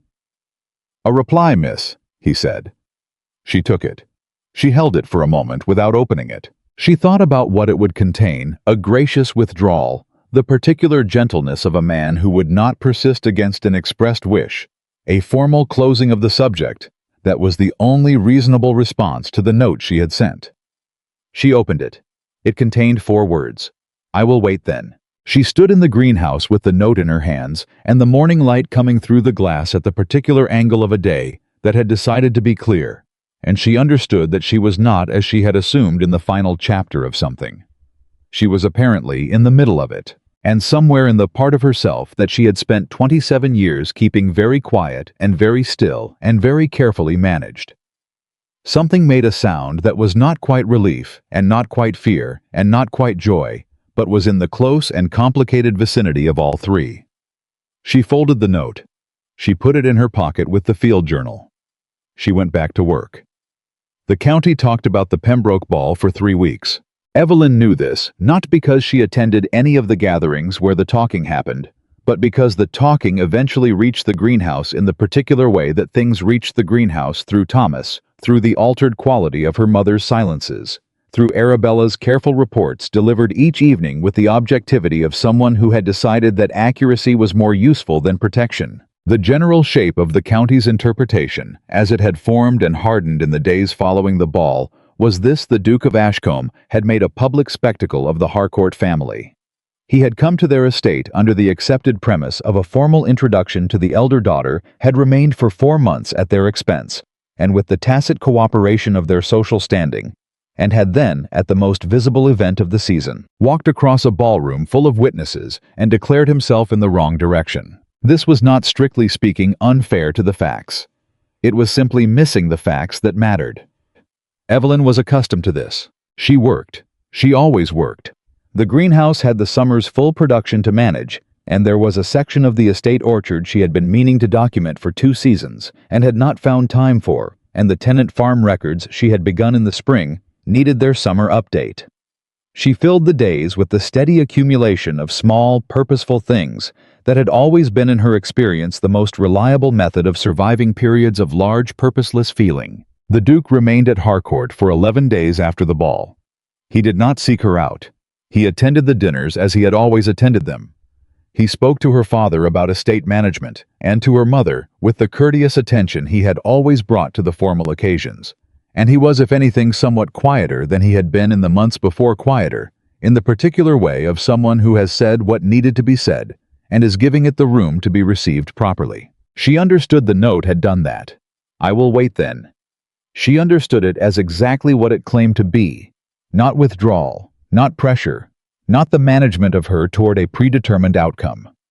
Simply the statement of a man who had decided that her pace was the correct pace, and that his function for the present was not to add weight to something that was already considerable. She did not know what to do with a person like that. She was learning. He left on a Thursday in early July. The morning was hot, and still the kind of day that holds its heat from the previous night without apology. She was in the greenhouse when the carriage was brought round, and she heard it through the glass, the specific sound of preparation for departure, the organized bustle of luggage and final arrangements. She stayed in the greenhouse. At 10:30, Thomas appeared in the doorway. "His Grace asked me to give you this, miss." She took the envelope. Thomas withdrew. She stood among her plants in the morning heat with the envelope in her hand, and she thought about the previous envelopes, the one she had written at 3 in the morning, the 4-word reply. She had a sense which she recognized as superstition, but could not entirely dismiss that envelopes between them had weight beyond their physical content. She opened it. It was not a letter. It was a page from his notebook, the small leather-bound one he had carried on every walk, the one she had seen him write in at the Oak and the Boundary and the tenant farms. He had torn it carefully along the bound edge. On it, in his precise architectural hand, was an address in Lincolnshire, and below the address, "When you are ready. If you would like to see what you have made. S.A." She folded it. She put it in her pocket with the other one. July became August. The greenhouse work found its natural rhythm. The orchard documentation progressed. The tenant farm records were completed and organized and filed in the estate archive in the section she had been expanding for 7 years. She wrote 3 pages of new observations on the drainage behavior of the lower meadow, following an unexpectedly heavy fortnight of rain. And the observations were good. Some of the best work she had done with a clarity that came, she thought, from the specific quality of attention that a person brings to things when they are using concentration as a form of management. Her father stopped speaking to her for 9 days. This happened at the beginning of August after a dinner during which her mother had mentioned carefully that the Duke had written to her father with a formal letter of intent. Her father had read the letter in his study and had come out with the expression of a man who has discovered that a situation he thought he understood has turned out to be something else entirely, and who has not yet decided how he feels about the something else. He had looked at Evelyn across the dinner table and said with the controlled restraint of a man who has decided not to say the full extent of what he is thinking, "I hope you understand what you have done." She had said, "I understand what has happened. I'm not certain I could have done it differently." He had not replied to that. He had finished his dinner and gone back to his study, and for 9 days he had addressed her only on subjects of household necessity. She had found this painful in the way she found most of her father's disappointments. Painful not sharply, not with drama, but with the dull, persistent quality of something that had been there long enough to have become part of the interior landscape. She loved her father. She had always loved him with the clear-eyed love of someone who sees a person's limitations and loves them anyway, because the alternative is a smaller kind of love than the person deserves. She understood what she had cost him. The expected match. The social resolution. The story the county had been composing around them for 4 months now, requiring an entirely different second act. She did not know how to fix it, and also be honest. On the 10th day, Arabella sat down across from their father at breakfast and said without preamble, "I would like to say something, and I would like you to hear it before you decide whether you agree with it." Their father looked at her over his coffee cup. Evelyn has spent 7 years documenting the estate and the surrounding land in a way that has produced work of genuine value, Arabella said in the tone of someone delivering a prepared statement who has not bothered to make it sound unprepared. The Duke of Ashcombe has told us that her work changed the outcome for hundreds of farming families on his estate after a flood. He has told us he came here looking for the author of that work. He has found her, and he has said, as clearly as a man can say anything, that he wishes to marry her. She set down her cup. I was the person everyone expected him to choose. I was not the person he came to find. Those are different things, and I would prefer that you be angry at the situation rather than at Evelyn, because Evelyn has done nothing wrong. The table was quiet. Their father looked at Arabella for a long moment. Then he looked at Evelyn. Then he looked at his coffee cup. She might have been more careful, he said. She was extremely careful, Arabella said. She was so careful that she sent him a note asking to be invisible again. She paused. He wrote back 4 words and waited. That is also a form of care. Their father was quiet for a long time.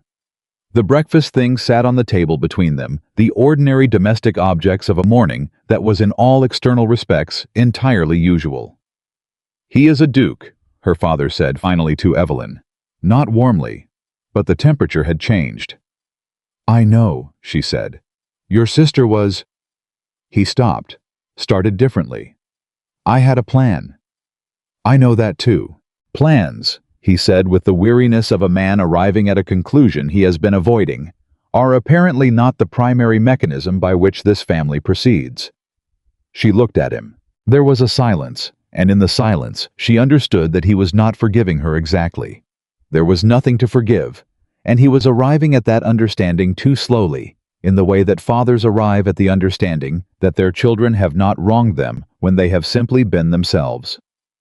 It was a different process, and it took longer, and it was not straightforwardly comfortable for any of the people involved. But it was happening.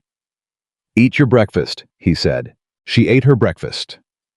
The letter from Whitmore arrived in mid-August. Not from the Duke, from Whitmore, which she had begun to understand was his way of communicating things that were better communicated through channels that did not require her to manage the feelings attached to receiving them.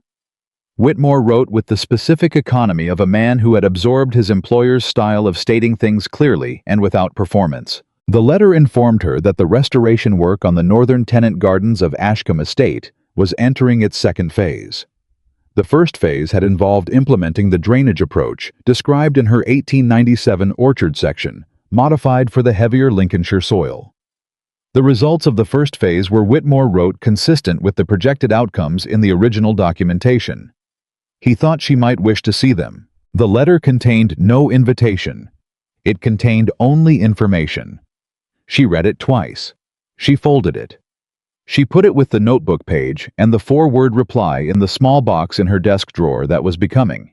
She noted a collection of evidence she would need to examine properly at some point. She wrote back to Whitmore the following morning and asked which week would be convenient. She took the train north on a Wednesday at the end of August. Arabella had offered to come.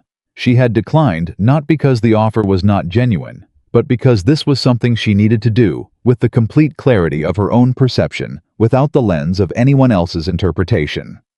She had spent enough of her life seeing herself through other people's lenses.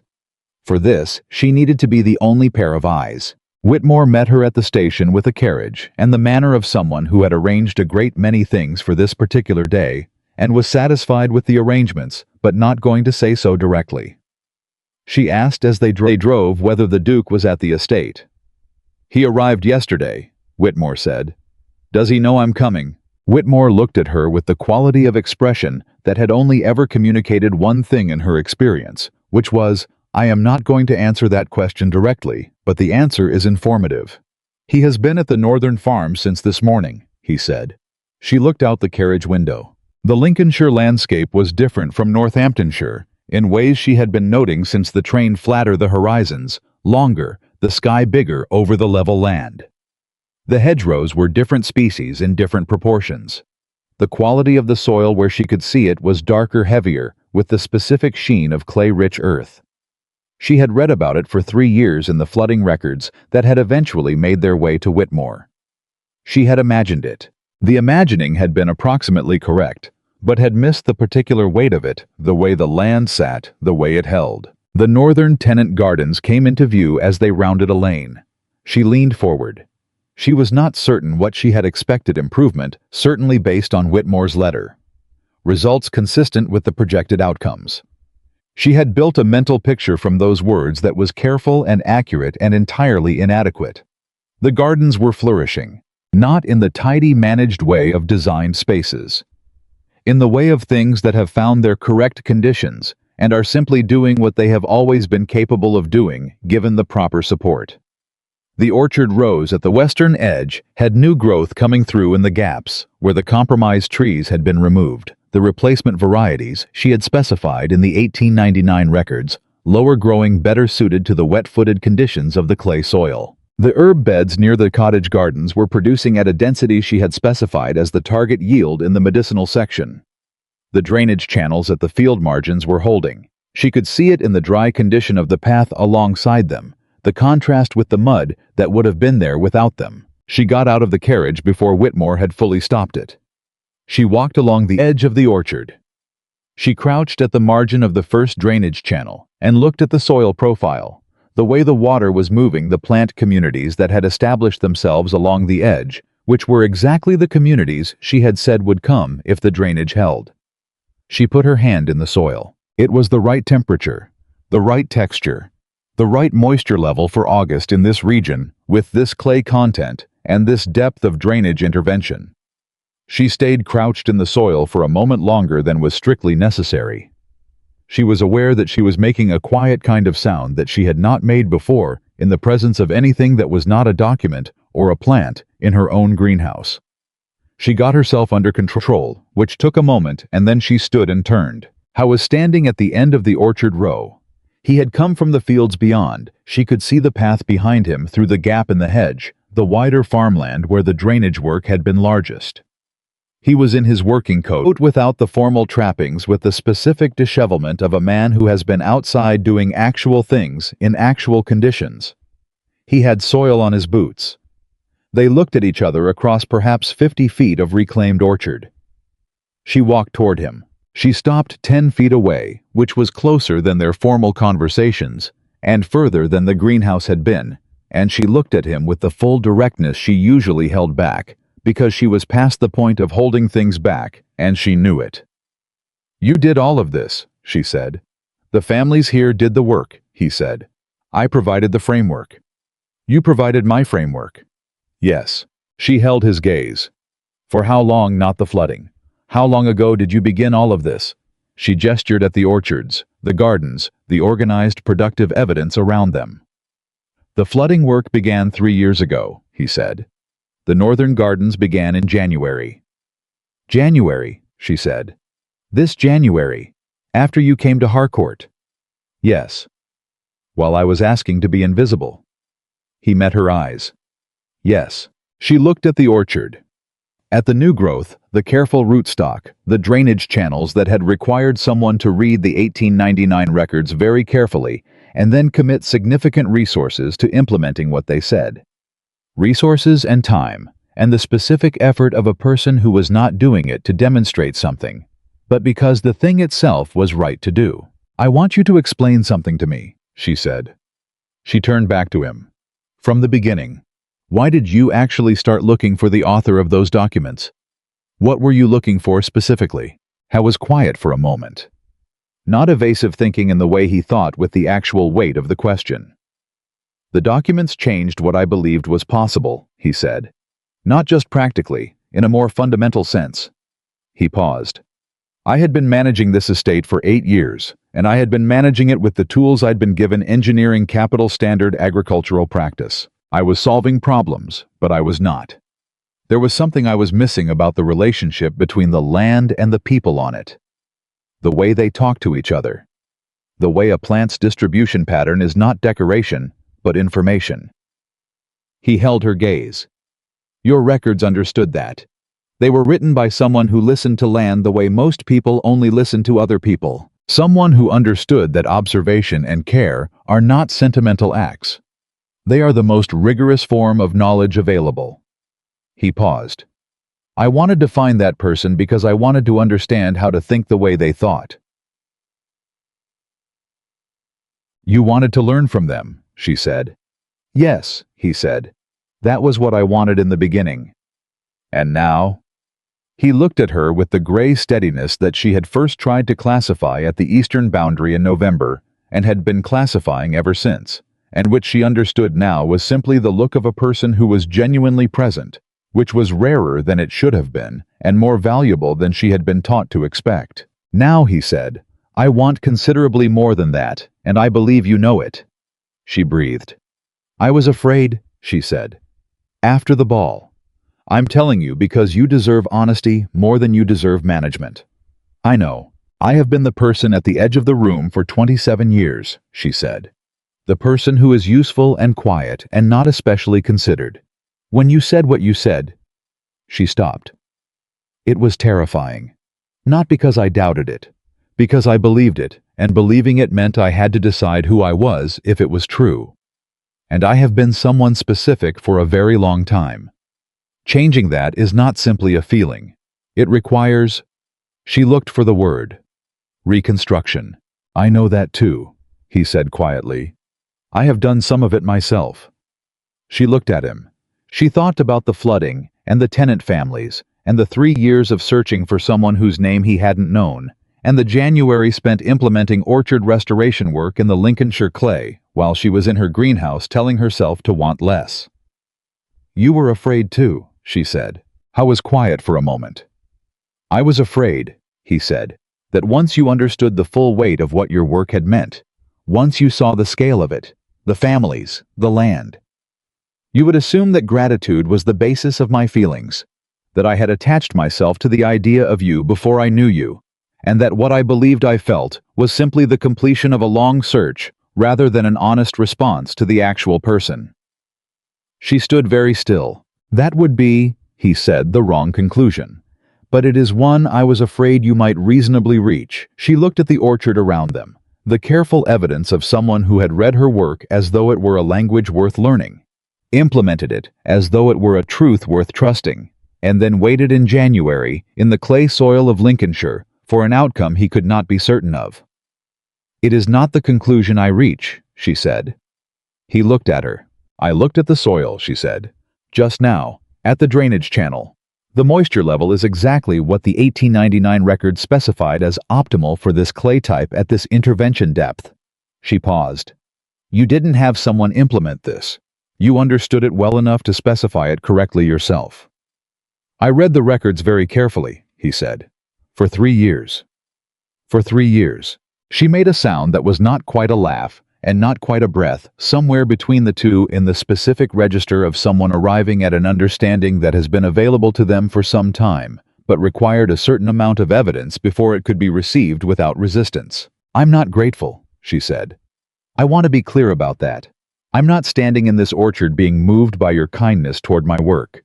That is real, and it matters, and I'm not dismissing it. But it is not what I'm feeling right now. What are you feeling? She looked at him.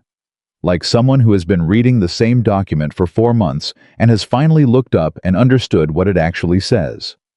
He was very still. She walked toward him. Not the closing of the full distance, she stopped 3 feet away, which was close enough for a conversation between two people who were being honest about something significant. I choose this, she said. Not because of what you've done for the families here, or because you valued my work before anyone else did, or because you waited when you could have pressed. All of those things are true, and they matter. But they are not why. She held his gaze. I choose this because you are the person I have been most myself with in 4 months of knowing you than I have been with anyone in 27 years. And that is not something I am capable of walking away from simply because it is frightening. He looked at her for a long, still moment. Then he said, I have been wanting to hear that, very quietly, since November. Her father arrived at Ashcombe on the 3rd day of her visit. She had not known he was coming. She suspected from the quality of Whitmore's lack of surprise when the carriage arrived that Whitmore had known and had chosen not to mention it, which was Whitmore's particular form of management, and which she could not reasonably object to, given that his management had been in all its iterations quietly on the side of outcomes she valued. Her father looked older in the Lincolnshire light, or perhaps she was simply looking at him more directly than she usually allowed herself. He was a good man. She had always known this. He was also a man who had organized a portion of his understanding of the world around the social structures that had defined his generation, and whose daughter had done several things in the past year that those structures did not easily accommodate. He sat in the estate's formal sitting room, with the Duke across from him and Evelyn beside her father, which was a positioning she had not planned, but which felt once she was in it accurate. Her father said, I want to understand what is being proposed. The Duke said, I intend to marry your daughter, sir. I am asking for your blessing, which I hope to receive. I want to be honest that whether I receive it or not will not change the intention. Her father looked at him for a long moment. It was the look of a man assessing something he had not been given sufficient time to prepare for. Which was, she thought, the most honest look her father owned when he had time to prepare. He prepared, and the preparation often obscured the underlying thing. Without it, she could see him clearly cautious, not unkind, genuinely uncertain. You understand, her father said, that there was an expectation regarding my elder daughter. I understand that there was an expectation in your household, the Duke said. There was not an expectation made explicit between myself and Miss Arabella Harcourt. I was careful about that. He paused. Not careful enough about the impression that was forming, for which I am genuinely sorry. But I made no promise I have not kept. Her father was quiet. The expectation, her father said more slowly, was that Arabella, that the family's position. He stopped. Began more honestly. My elder daughter is 29 years old. The situation you have created is not without consequence for her prospects. I am aware of that, the Duke said. I intend to be of whatever assistance is useful to Miss Arabella Harcourt, in any manner that is appropriate. I have no interest in her difficulty, and every interest in her well-being. He paused. But I will not choose her instead of your younger daughter. I would like to be completely clear about that. Her father looked at Evelyn. She held his gaze. She did not apologize with her eyes, which was something she would have done 6 months ago, and which she found she was no longer capable of. She simply held his gaze with the love she had always had for him, and the clarity she had arrived at in the Lincolnshire orchard, and she waited. He looked at his hands. He looked at the Duke. He said, "She will expect to be treated with respect, not simply managed with courtesy." "She has never been treated otherwise in my presence," the Duke said. "And she is exceptionally capable of ensuring she is not." The smallest possible thing happened at the corner of her father's mouth. Not approval exactly, not yet, but the beginning of something. "You have a great deal of land," her father said. "Yes. And a significant portion of it is apparently being run according to my younger daughter's agricultural journals." "An accurate description," the Duke said. Said her father, which was the most complex syllable he owned. She found the Duke in the library that evening, which was where she had begun to understand. He went when he needed to think in a space that felt like itself. She sat down across from him. "He will agree," she said. "I know. It may take him 2 weeks to arrive at it. That is fine." He looked at her. "I've waited 3 years. 2 weeks is not a significant addition." She held his gaze. "I want to say something to you that I've been thinking about since the orchard." "Yes. If I marry you," she said, "I will not spend my life standing behind your title. I'm not constructed for that. I will not manage dinner tables and social seasons and the particular performance of being a duke's wife, if that performance requires me to be less than I am." She paused. "I want to be honest about that before it becomes something that causes difficulty later." He looked at her with the full gray attention. "The Restoration Academy I've been imagining," she said. "The tenant gardens, the documentation work, those are not hobbies. They are what I am. They are as much what I am as the greenhouse and the journals and the 7 years of records that you read for 3 years before you met me." She held his gaze. "I need you to know that I understand the difference between a compromise and a diminishment, and that I will not mistake one for the other simply because you have a title and I love you." It was the first time she had said it. She had not planned to say it in that sentence, but it had been there, and it had come out with the accuracy of something that has been true for some time and simply required the correct context to be spoken aloud. He looked at her for a long moment. Then he said with the quiet directness that was the most distinctive thing about him, the thing she had loved about him since November. "Then stand beside it." She held very still. "I'm not asking you to stand behind anything," he said. "I am asking you to stand beside it. The title, the estate, the work, all of it, beside, not behind." He held her gaze. "I have spent 8 years managing this estate the way my father managed it, and my grandfather before him, which was capably, but without the understanding that I found in your records. I do not want a wife who will ornament that management. I want a partner who will improve on it." He paused. "I believe, based on the available evidence, that you are considerably better qualified for that than I am." She breathed.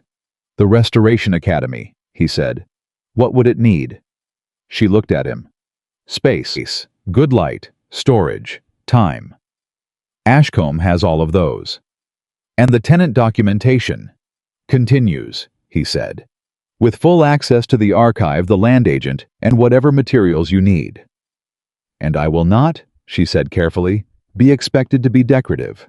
You are," he said with the quality she had first encountered at the ball, and now recognized as one of his most particular attributes, the capacity to say a true thing plainly without embellishment or performance. "Entirely decorative already, and it has absolutely no bearing on what I value about you, and I expect it will continue to have no bearing, and I am content with all of those facts simultaneously." She looked at him. She thought about the orchard, about the drainage channels holding exactly where she had specified they should hold, about 4 words written in a notebook and left for her when he departed without expectation, simply as information available to her when she was ready for it, about what it meant to be known by someone who had first known your work, about what it meant to love someone, and to say it, and to have it received without drama and without performance in a library in Lincolnshire on an August evening, simply as what it was. "Good," she said. He reached across the space between them and took her hand. Not briefly, not with the qualified gesture of the ballroom, but simply held it in the way of someone who has decided that this is where his hand is and sees no reason to remove it. She held his hand in return, Outside the library windows, the Lincolnshire sky had gone to the particular shade of late summer evening that she would later try to name and settle on as the color of something becoming what it was always meant to be. The tenant gardens were quiet in the dusk. The orchard was producing. The drainage channels were holding. And in the library, two people who had spent years learning how to pay attention to the things that actually mattered had paid enough attention to each other to understand at last that this was the thing that mattered most. They were married on a Saturday in October when the beeches along the Harcourt boundary had gone to their full autumn color, and the air had the particular quality of English autumn at its most honest, cold enough to mean it, warm enough in the sun to make the cold worth standing in. Evelyn had not wanted a large wedding. This had surprised her mother, and then her mother had looked at her for a long moment with the expression of someone finally understanding something she had been misreading for years, and had said, "What do you want then?"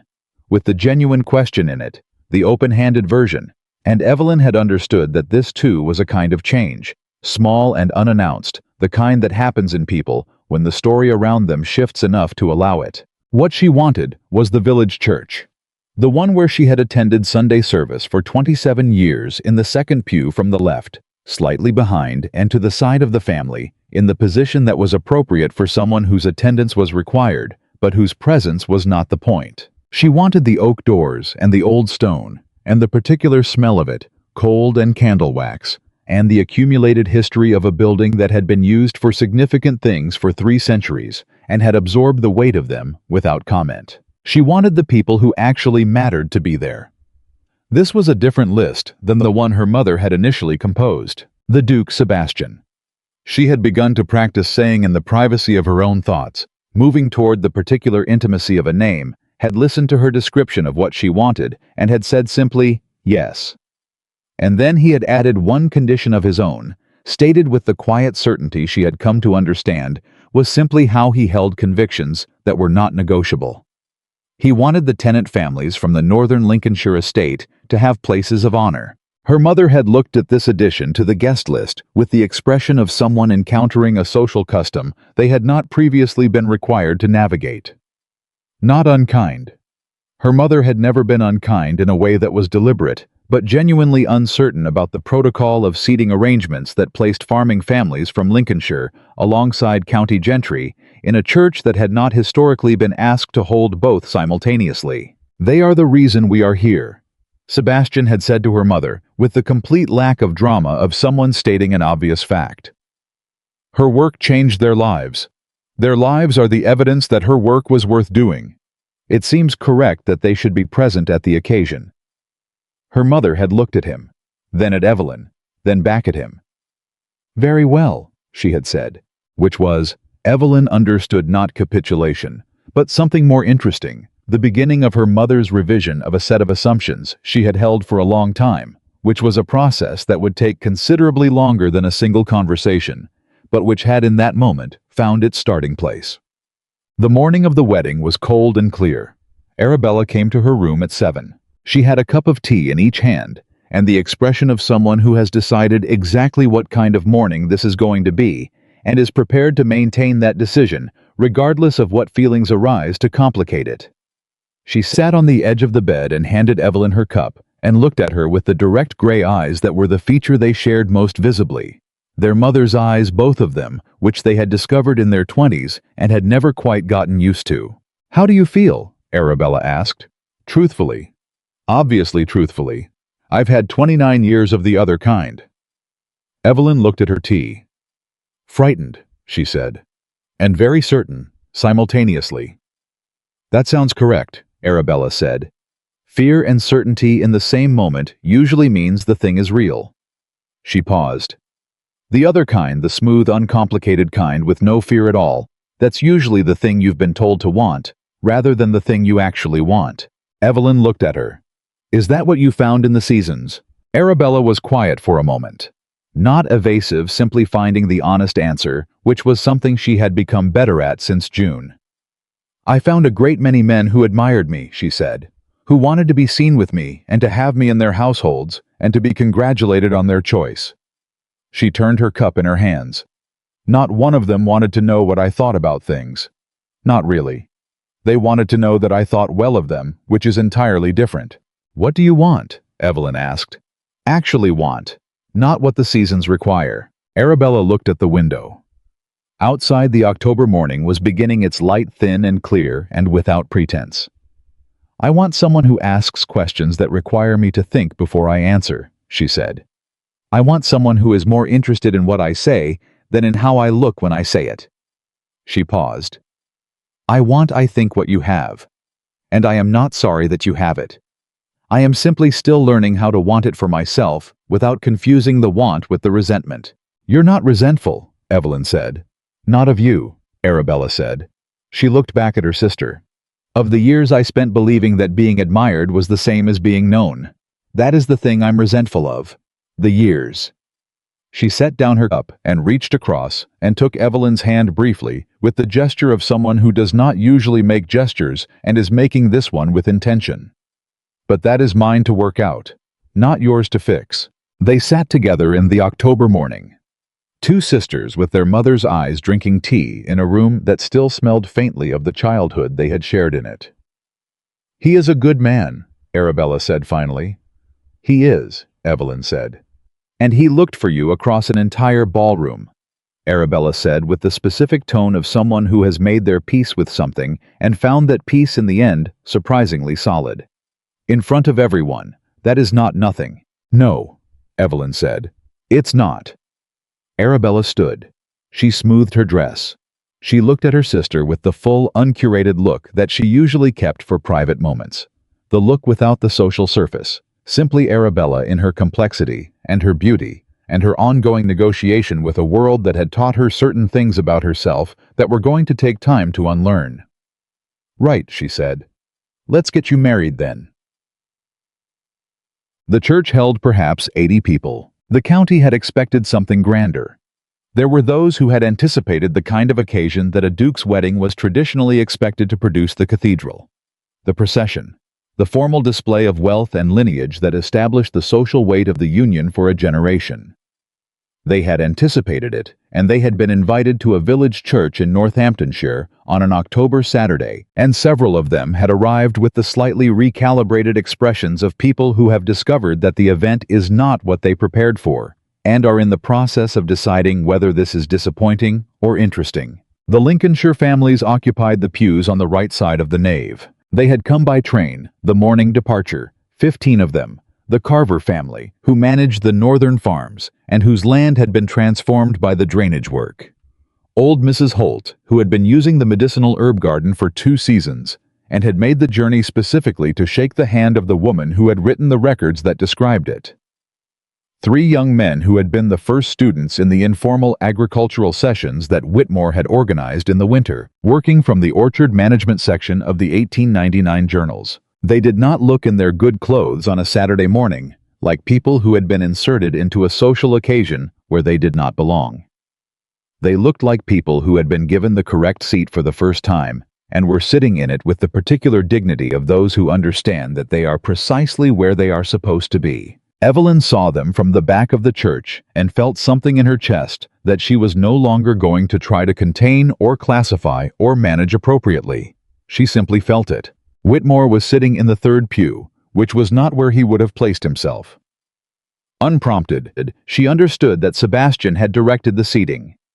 Whitmore had the expression he always had at moments of significant outcome, the complete external composure of a man, internally confirming a conclusion he reached months ago. Thomas Vale was there from Harcourt at her mother's insistence, because Thomas had been with the family for 20 years and had, as her mother said, with the uncharacteristic sentiment of a woman who had decided that this day was permitted to have sentiment in it, been more useful than any of them had ever properly acknowledged. Her father walked her down the aisle. He had arrived at his agreement with the situation over the course of 2 weeks in late August, as she had predicted. Not dramatically, not with a formal statement of blessing, but in the gradual way of a man whose love for his daughter had always been real, even when his expression of it was complicated by his other convictions. He had come to the greenhouse one afternoon and stood in the doorway with his hands in his pockets and said, "The man knows his agricultural history. I'll give him that," which was from her father a declaration. He offered her his arm now, with the straightforward simplicity of a man who has resolved his complications and is left with the thing underneath, which was simply that she was his daughter, and this was her wedding, and he was going to walk her to it correctly. She took his arm. She walked down the aisle of the village church she had attended for 27 years, past the faces of people she had known since childhood, and people she had known for 11 months, and the 15 people from Lincolnshire who had come by the morning train in a dress the color of winter cream that Arabella had helped her choose, and that fit her as though it had been made for the person she actually was, rather than the person a wedding dress was usually designed for. Sebastian was waiting at the front of the church. He was looking at her with the full gray attention. Not the formal posture of a man performing the role of groom at a significant public occasion. Simply himself, present, steady, looking at her in the way he had always looked at her, the reading way, the way that was trying to understand what was actually there rather than what was expected. She arrived beside him. He said very quietly, only for her, "You look like yourself." It was the same thing he had said at the Pembroke ball when she had come down the stairs in the blue dress. She understood now what he meant by it. Not a comment on appearance, but on presence, the specific quality of a person who has stopped arranging themselves for a room and has simply arrived in it as they are. "I know," she said. They were married. The years that followed were not simple because nothing worth doing is simple, and they had undertaken a great many things worth doing. The Restoration Academy opened in the West Wing of Ashcombe Estate in the spring following the wedding. The light in the West Wing was good in the mornings, which Evelyn had noted during her August visit, and had filed for later, and the space had been converted with the practical thoroughness that characterized everything Whitmore organized when given clear direction. 6 women came for the first term, 12 for the second.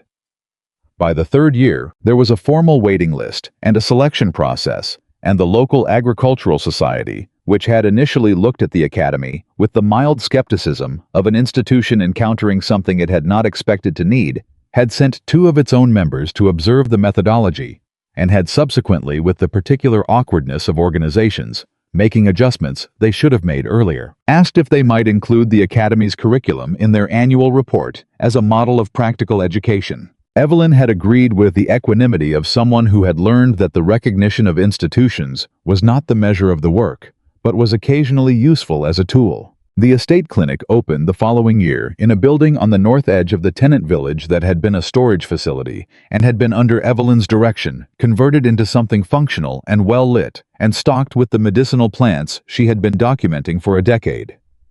The clinic was staffed by a physician from Lincoln who had trained in practical botanical medicine and who had arrived for an initial consultation and stayed because, as he said to Whitmore in confidence, he had never encountered an estate with this quality of documented herbal resources or this clear an understanding of their applications. The public gardens were the work of 3 years. She had designed them herself, not as an aesthetic project, but as a functional one, which meant they were also almost incidentally beautiful. The botanical principles she had spent a decade documenting were applied at a scale she had not previously had the resources to attempt. The plant communities she had observed in neglected field corners, given formal space. The medicinal herbs she had catalogued in tenant gardens, given demonstration beds where anyone on the estate could study and harvest them. The orchard varieties she had specified in the 1899 records, given their own dedicated section with documentation boards that explained in plain language why each variety had been chosen for this soil and this climate and these conditions. School groups came. The Agricultural College in Lincoln sent students. The County Botanical Society, which had not previously shown particular interest in Ashcombe, requested permission to hold its annual meeting in the public gardens, and was granted it. And Evelyn addressed the meeting for 40 minutes on the relationship between documented plant distribution and practical land management. And the members of the Agricultural Society, who were present, the same ones who had sent observers to the academy, took notes. Sebastian was in the back row. He was not taking notes. He was listening to his wife speak about land as a form of language with the expression of a man who has heard these ideas many times and finds them each time as interesting as the first. Arabella came to Ashcombe in the second spring. She came initially because Evelyn had invited her, a genuine invitation, extended with the understanding that it was offered without conditions or expectations, simply because the greenhouse at Ashcombe was producing something she thought her sister might like to see, and because she had been thinking about the conversation on the October morning, and the thing Arabella had said about wanting to be known rather than admired. She stayed for 3 weeks. In those 3 weeks, she helped in the academy, not teaching initially, but organizing, because she had a gift for the logistics of things that she had never been given the correct context to apply. She reorganized the material storage system in 2 afternoons in a way that saved the students approximately 40 minutes of searching per session, and which Evelyn, who was excellent at documentation and less excellent at storage systems, found so immediately useful that she said, "Why have I not had you doing this for years?" "Because no one thought to ask," Arabella said. Which was true, and which both of them understood was not quite the whole truth. Which was that Arabella had spent years presenting herself as someone who did not need to be useful in the practical sense, because she had been taught that her usefulness was of a different and more decorative kind. She had been unlearning that. It was slow work, as unlearning usually is, but she was doing it with the same thoroughness she brought to everything once she had decided it was worth doing. On her last evening, she sat with Evelyn in the West Wing sitting room that had become Evelyn's primary working room, comfortable and slightly cluttered with journals on every surface, and a propagation tray on the windowsill that Evelyn maintained out of habit, because she thought better when something was growing nearby. "I met someone," Arabella said, with the specific casualness of someone who has been deciding whether to say something and has decided yes. Evelyn looked up. "In Lincoln, at the agricultural college meeting." She paused. "He is a professor of land management. He is 41 and not particularly handsome, and he spent the first 20 minutes of our conversation asking me questions about crop rotation records, and I realized approximately 20 minutes in that I was the happiest I had been in a social situation in years." Evelyn looked at her sister. "He asked questions that required me to think before I answered," Arabella said with the quietness of someone completing a sentence that had been left unfinished for some time. "I didn't know what to do with it. I kept expecting him to stop and say something about my hair." She paused. "He didn't." "What did he say?" Arabella looked at the propagation tray on the windowsill. "He said I had an exceptionally clear way of thinking about complex systems, and he wondered if I had ever considered writing." She was quiet for a moment. "I haven't. Considered it, I mean. I've always thought of writing as Evelyn's thing, but he seemed to think—" She stopped. "He seemed to think I had something worth saying." Evelyn said nothing for a moment. Then, "You do." Arabella looked at her. "You have always had something worth saying," Evelyn said. "The rooms you were in simply didn't create the conditions for it." She paused. "This one does, apparently." Arabella was quiet for a long moment. Then she looked away, and Evelyn recognized the expression. It was the one she had worn herself in the greenhouse at Harcourt on October mornings, when something had been true for a long time, and she was finally allowing herself to look directly at it. "I think I would like to come back," Arabella said. "To Ashcombe, if the invitation is open." "The invitation," Evelyn said, "is permanent." Visitors came to Ashcombe in increasing numbers as the years accumulated, not as tourists exactly, but as people who had heard about the gardens, or the academy, or the clinic, and wanted to understand how it had been done. Agricultural reformers. Educators from institutions that had been watching the outcomes from a careful distance, and had eventually concluded that the outcomes warranted closer examination. Women who had heard, through the particular channels by which useful information travels among women who need it, that there was a place in Lincolnshire where practical knowledge was taught seriously, and the people teaching it had been taken seriously themselves. They arrived expecting an estate. They found something that was an estate, and also other things, a working demonstration of ideas that had been developed over decades of careful observation, implemented at scale by people who believed in them, producing results that were visible in the land itself if you knew how to look. Most visitors knew enough to look. On a September afternoon in the 5th year, a group arrived from the Royal Agricultural Society formally, with letters of introduction and the particular manner of an institution, extending official recognition to something it had been slower than ideal to recognize.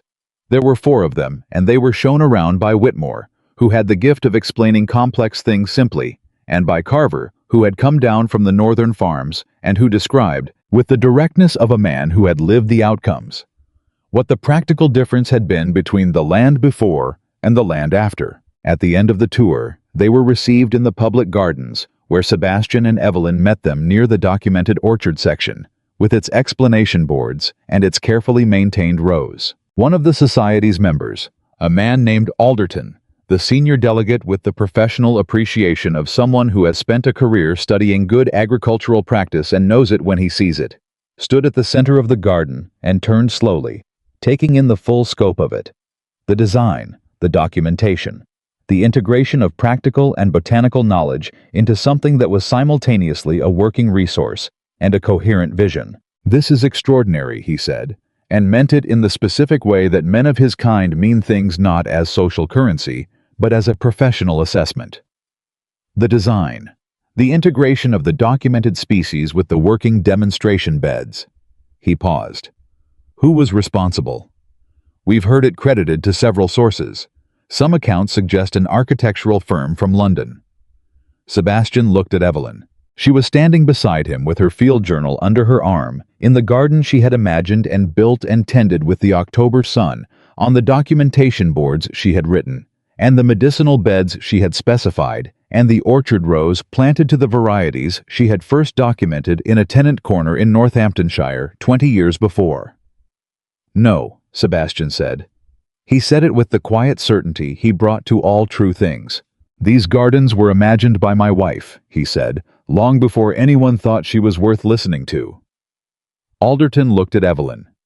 She met his gaze with the directness she had been practicing for 5 years, and had become, if not effortless, then at least natural. The look of a person who has decided that she occupies her space legitimately and does not require external confirmation of this to maintain the conviction. "Miss," Alderton began. "Ashcombe," Sebastian said. Not with correction, but with the specific pleasure of a man who likes saying a true thing and finds this particular true thing more satisfying than most. "Lady Ashcombe," Alderton said, with the adjustment of a man making a rapid revision to several assumptions simultaneously. "I wonder if you might be willing to speak at the Society's winter symposium." Evelyn looked at her husband. He said nothing. He was looking at her with the expression she had come to know as his version of patience, the genuine kind, the kind that is not waiting for an answer, but simply being present while she forms one. "Yes," she said. "I would be glad to." On their 5th anniversary, he led her to the old oak. She knew where they were going before they arrived. She knew the path through the Harcourt grounds, the way she knew the path through any landscape she had spent years documenting by the feel of it underfoot, and the angle of the light, and the specific smell of it in the October afternoon. The Harcourt estate was her father's, still managed now, with the practical improvements she had spent 2 years helping him implement, the drainage correct, and the orchards recovering, and the tenant farms producing, with a regularity that her father had stopped attributing to luck, and had started attributing with the reluctant precision of a man updating a conviction to the records his younger daughter had kept for 7 years before anyone thought to look at them. The oak was exactly as it had always been. This was one of the things about very old trees. They did not alter on a human timescale in any way that was visible to the individual doing the watching. She had 5 years of additional measurements in her journal, which showed the incremental changes. The canopy spread, the root buttress development, the slow, ongoing processes of a living thing that had been doing this for 2.5 centuries and intended to continue. But to the eye standing before it on an October afternoon, it was simply itself, old and large and entirely unconcerned with the things that had happened in its vicinity. Sebastian stopped beneath it. He had something in his coat pocket. She watched him take it out with the deliberate care he brought to things that had value, and she saw what it was before he had finished unfolding it. Paper old enough to have the specific yellowed quality of the particular batch she had used in 1899, folded twice in the way she always folded things she intended to send somewhere. She looked at it. He held it out. She took it and unfolded it fully, and she stood under the oak on their anniversary and looked at the first sketch she had ever sold to a Northampton bookseller, the orchard section, the drawing she had done of the tenant fruit trees with the annotations on root condition and soil moisture, and the specific variety characteristics she had been documenting for the first season. Her handwriting 23 years old. Her particular way of combining illustration and notation that she had developed herself because no one had taught her a methodology, and she had therefore made one that fit the way she thought. She had assumed for 3 years that no one had bought it. He had bought it. He had been carrying it for 5 years. She looked up at him. There was something in her chest that she had no adequate word for, not because the feeling was too large though it was, but because it was too specific. It was the feeling of being found in the complete sense, which meant not just found in the present tense, but found retroactively. The finding that reached backward and recontextualized the years before it, so that the woman who had sold this sketch to a bookseller without expectation became in retrospect a woman who had already been known by someone who would spend 3 years looking for her. She laughed. It came out unexpectedly, not the managed version, not the social laugh, but the genuine one, the full, unguarded sound of someone in the presence of something that is both deeply serious and completely absurd, which this was, which this had always been, which she suspected it would continue to be for the rest of her life. I was watching her with the expression she valued most, the one that was simply glad, simply present with no surface and no management. Just Sebastian Ashcombe, looking at his wife under an oak tree. He said softly, exactly as he had said it in the gallery of the Pembroke Ballroom on a June evening 5 years before, "I came for you." She folded the sketch. She held it against her chest for a moment. The paper she had made in 1899, the words he had said in the ballroom, and again now under the tree, the 5 years of mornings in the West Wing, with the propagation tray on the windowsill, and the academy growing, and the tenant gardens producing, and Arabella coming back in the springs, and her father walking the corrected orchards with the expression of a man who has updated a conviction and found the update satisfying. She held all of it briefly in the way she had learned to hold large things, not managing them, not filing them, simply holding them and letting them be what they were. Then she put the sketch carefully in her own pocket. She took his hand. They walked back through the gardens they had built together, through the orchard rows, and past the documentation boards, and along the paths that wound through the medicinal beds, and the demonstration plantings through the public gardens that were not quite finished, because she suspected they would never be quite finished, because a garden is a living document, and living documents require ongoing revision, which she found not frustrating, but correct, which was the most honest thing she knew about herself. The October afternoon was cool and particular. The light fell across the gardens at the angle it fell at. In October lower, more golden, the specific quality of autumn light that makes everything it touches look considered as though the world has paused to examine itself before the winter. She walked beside him, not behind. Not in the carefully maintained 2 steps back of a woman who has spent her life calibrating her distance from other people. Not in the managed position of someone who has learned to take up exactly the right amount of space. Not too much, never too much, just enough to be useful without being present. Beside him, her hand in his. Her journal under her other arm.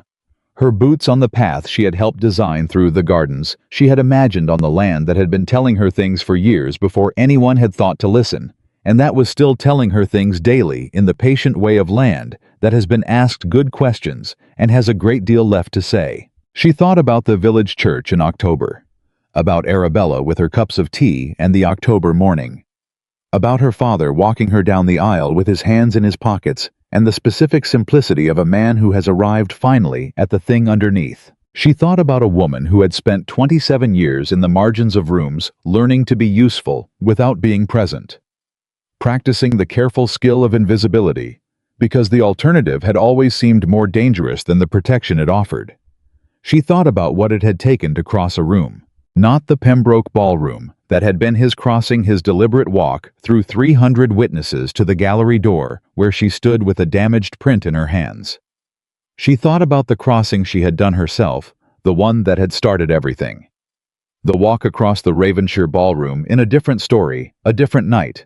A woman in a 4-year-old dress lifting her chin and crossing a floor that everyone was afraid of. She thought about all the smaller crossings since the eastern boundary in November. The library at midnight. The greenhouse at 6 in the morning. The Lincolnshire orchard, with her hand in the clay soil, and the library in August where she had said, "I choose this," and meant it with the full weight of a person who understands that choosing something is different from having it happen to you, and that the difference is everything. The gardens received the last of the afternoon light. Somewhere in the academy's west wing, the next term students were beginning their evening study.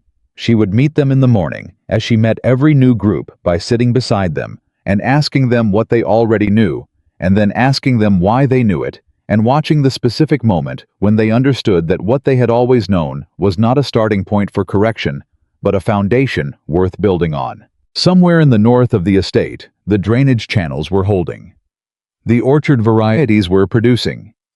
The medicinal beds were at the late-season stage preparing to go dormant, storing the knowledge of the season in the root systems that would produce again in the spring. Somewhere in Lincoln, Arabella was writing. The sun moved through the October clouds, and the gardens went from gold to the softer light of late afternoon.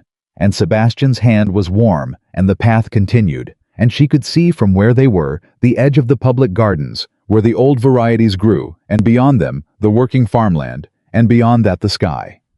She was still looking.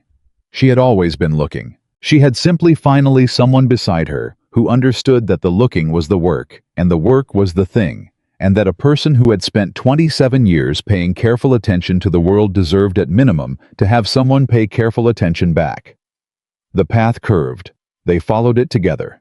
The gardens closed around them in the easy way of places that have been made by people who understood them, and the October afternoon continued doing what October afternoons do, moving toward evening with the deliberate pace of something that has learned. There is no advantage in rushing that the light will come again in the morning, that the things worth growing always take longer than expected, and are always in the end worth the waiting.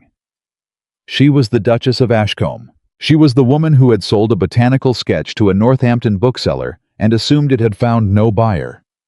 She was the person who had sat in a greenhouse at 6 in the morning for 7 years because the work required it and the work was worth it. She was her father's daughter and Arabella's sister, and the author of the journals in the Harcourt Library, and the voice at the Agricultural Society's Winter Symposium, and the woman who had designed the gardens that visitors assumed had been made by famous architects. She was all of those things simultaneously, without any of them canceling out the others. She was at last entirely herself, and she walked through the gardens she had built with the person who had come to find her in the October light with her journal under her arm, and her boots on the path, and her hand in his.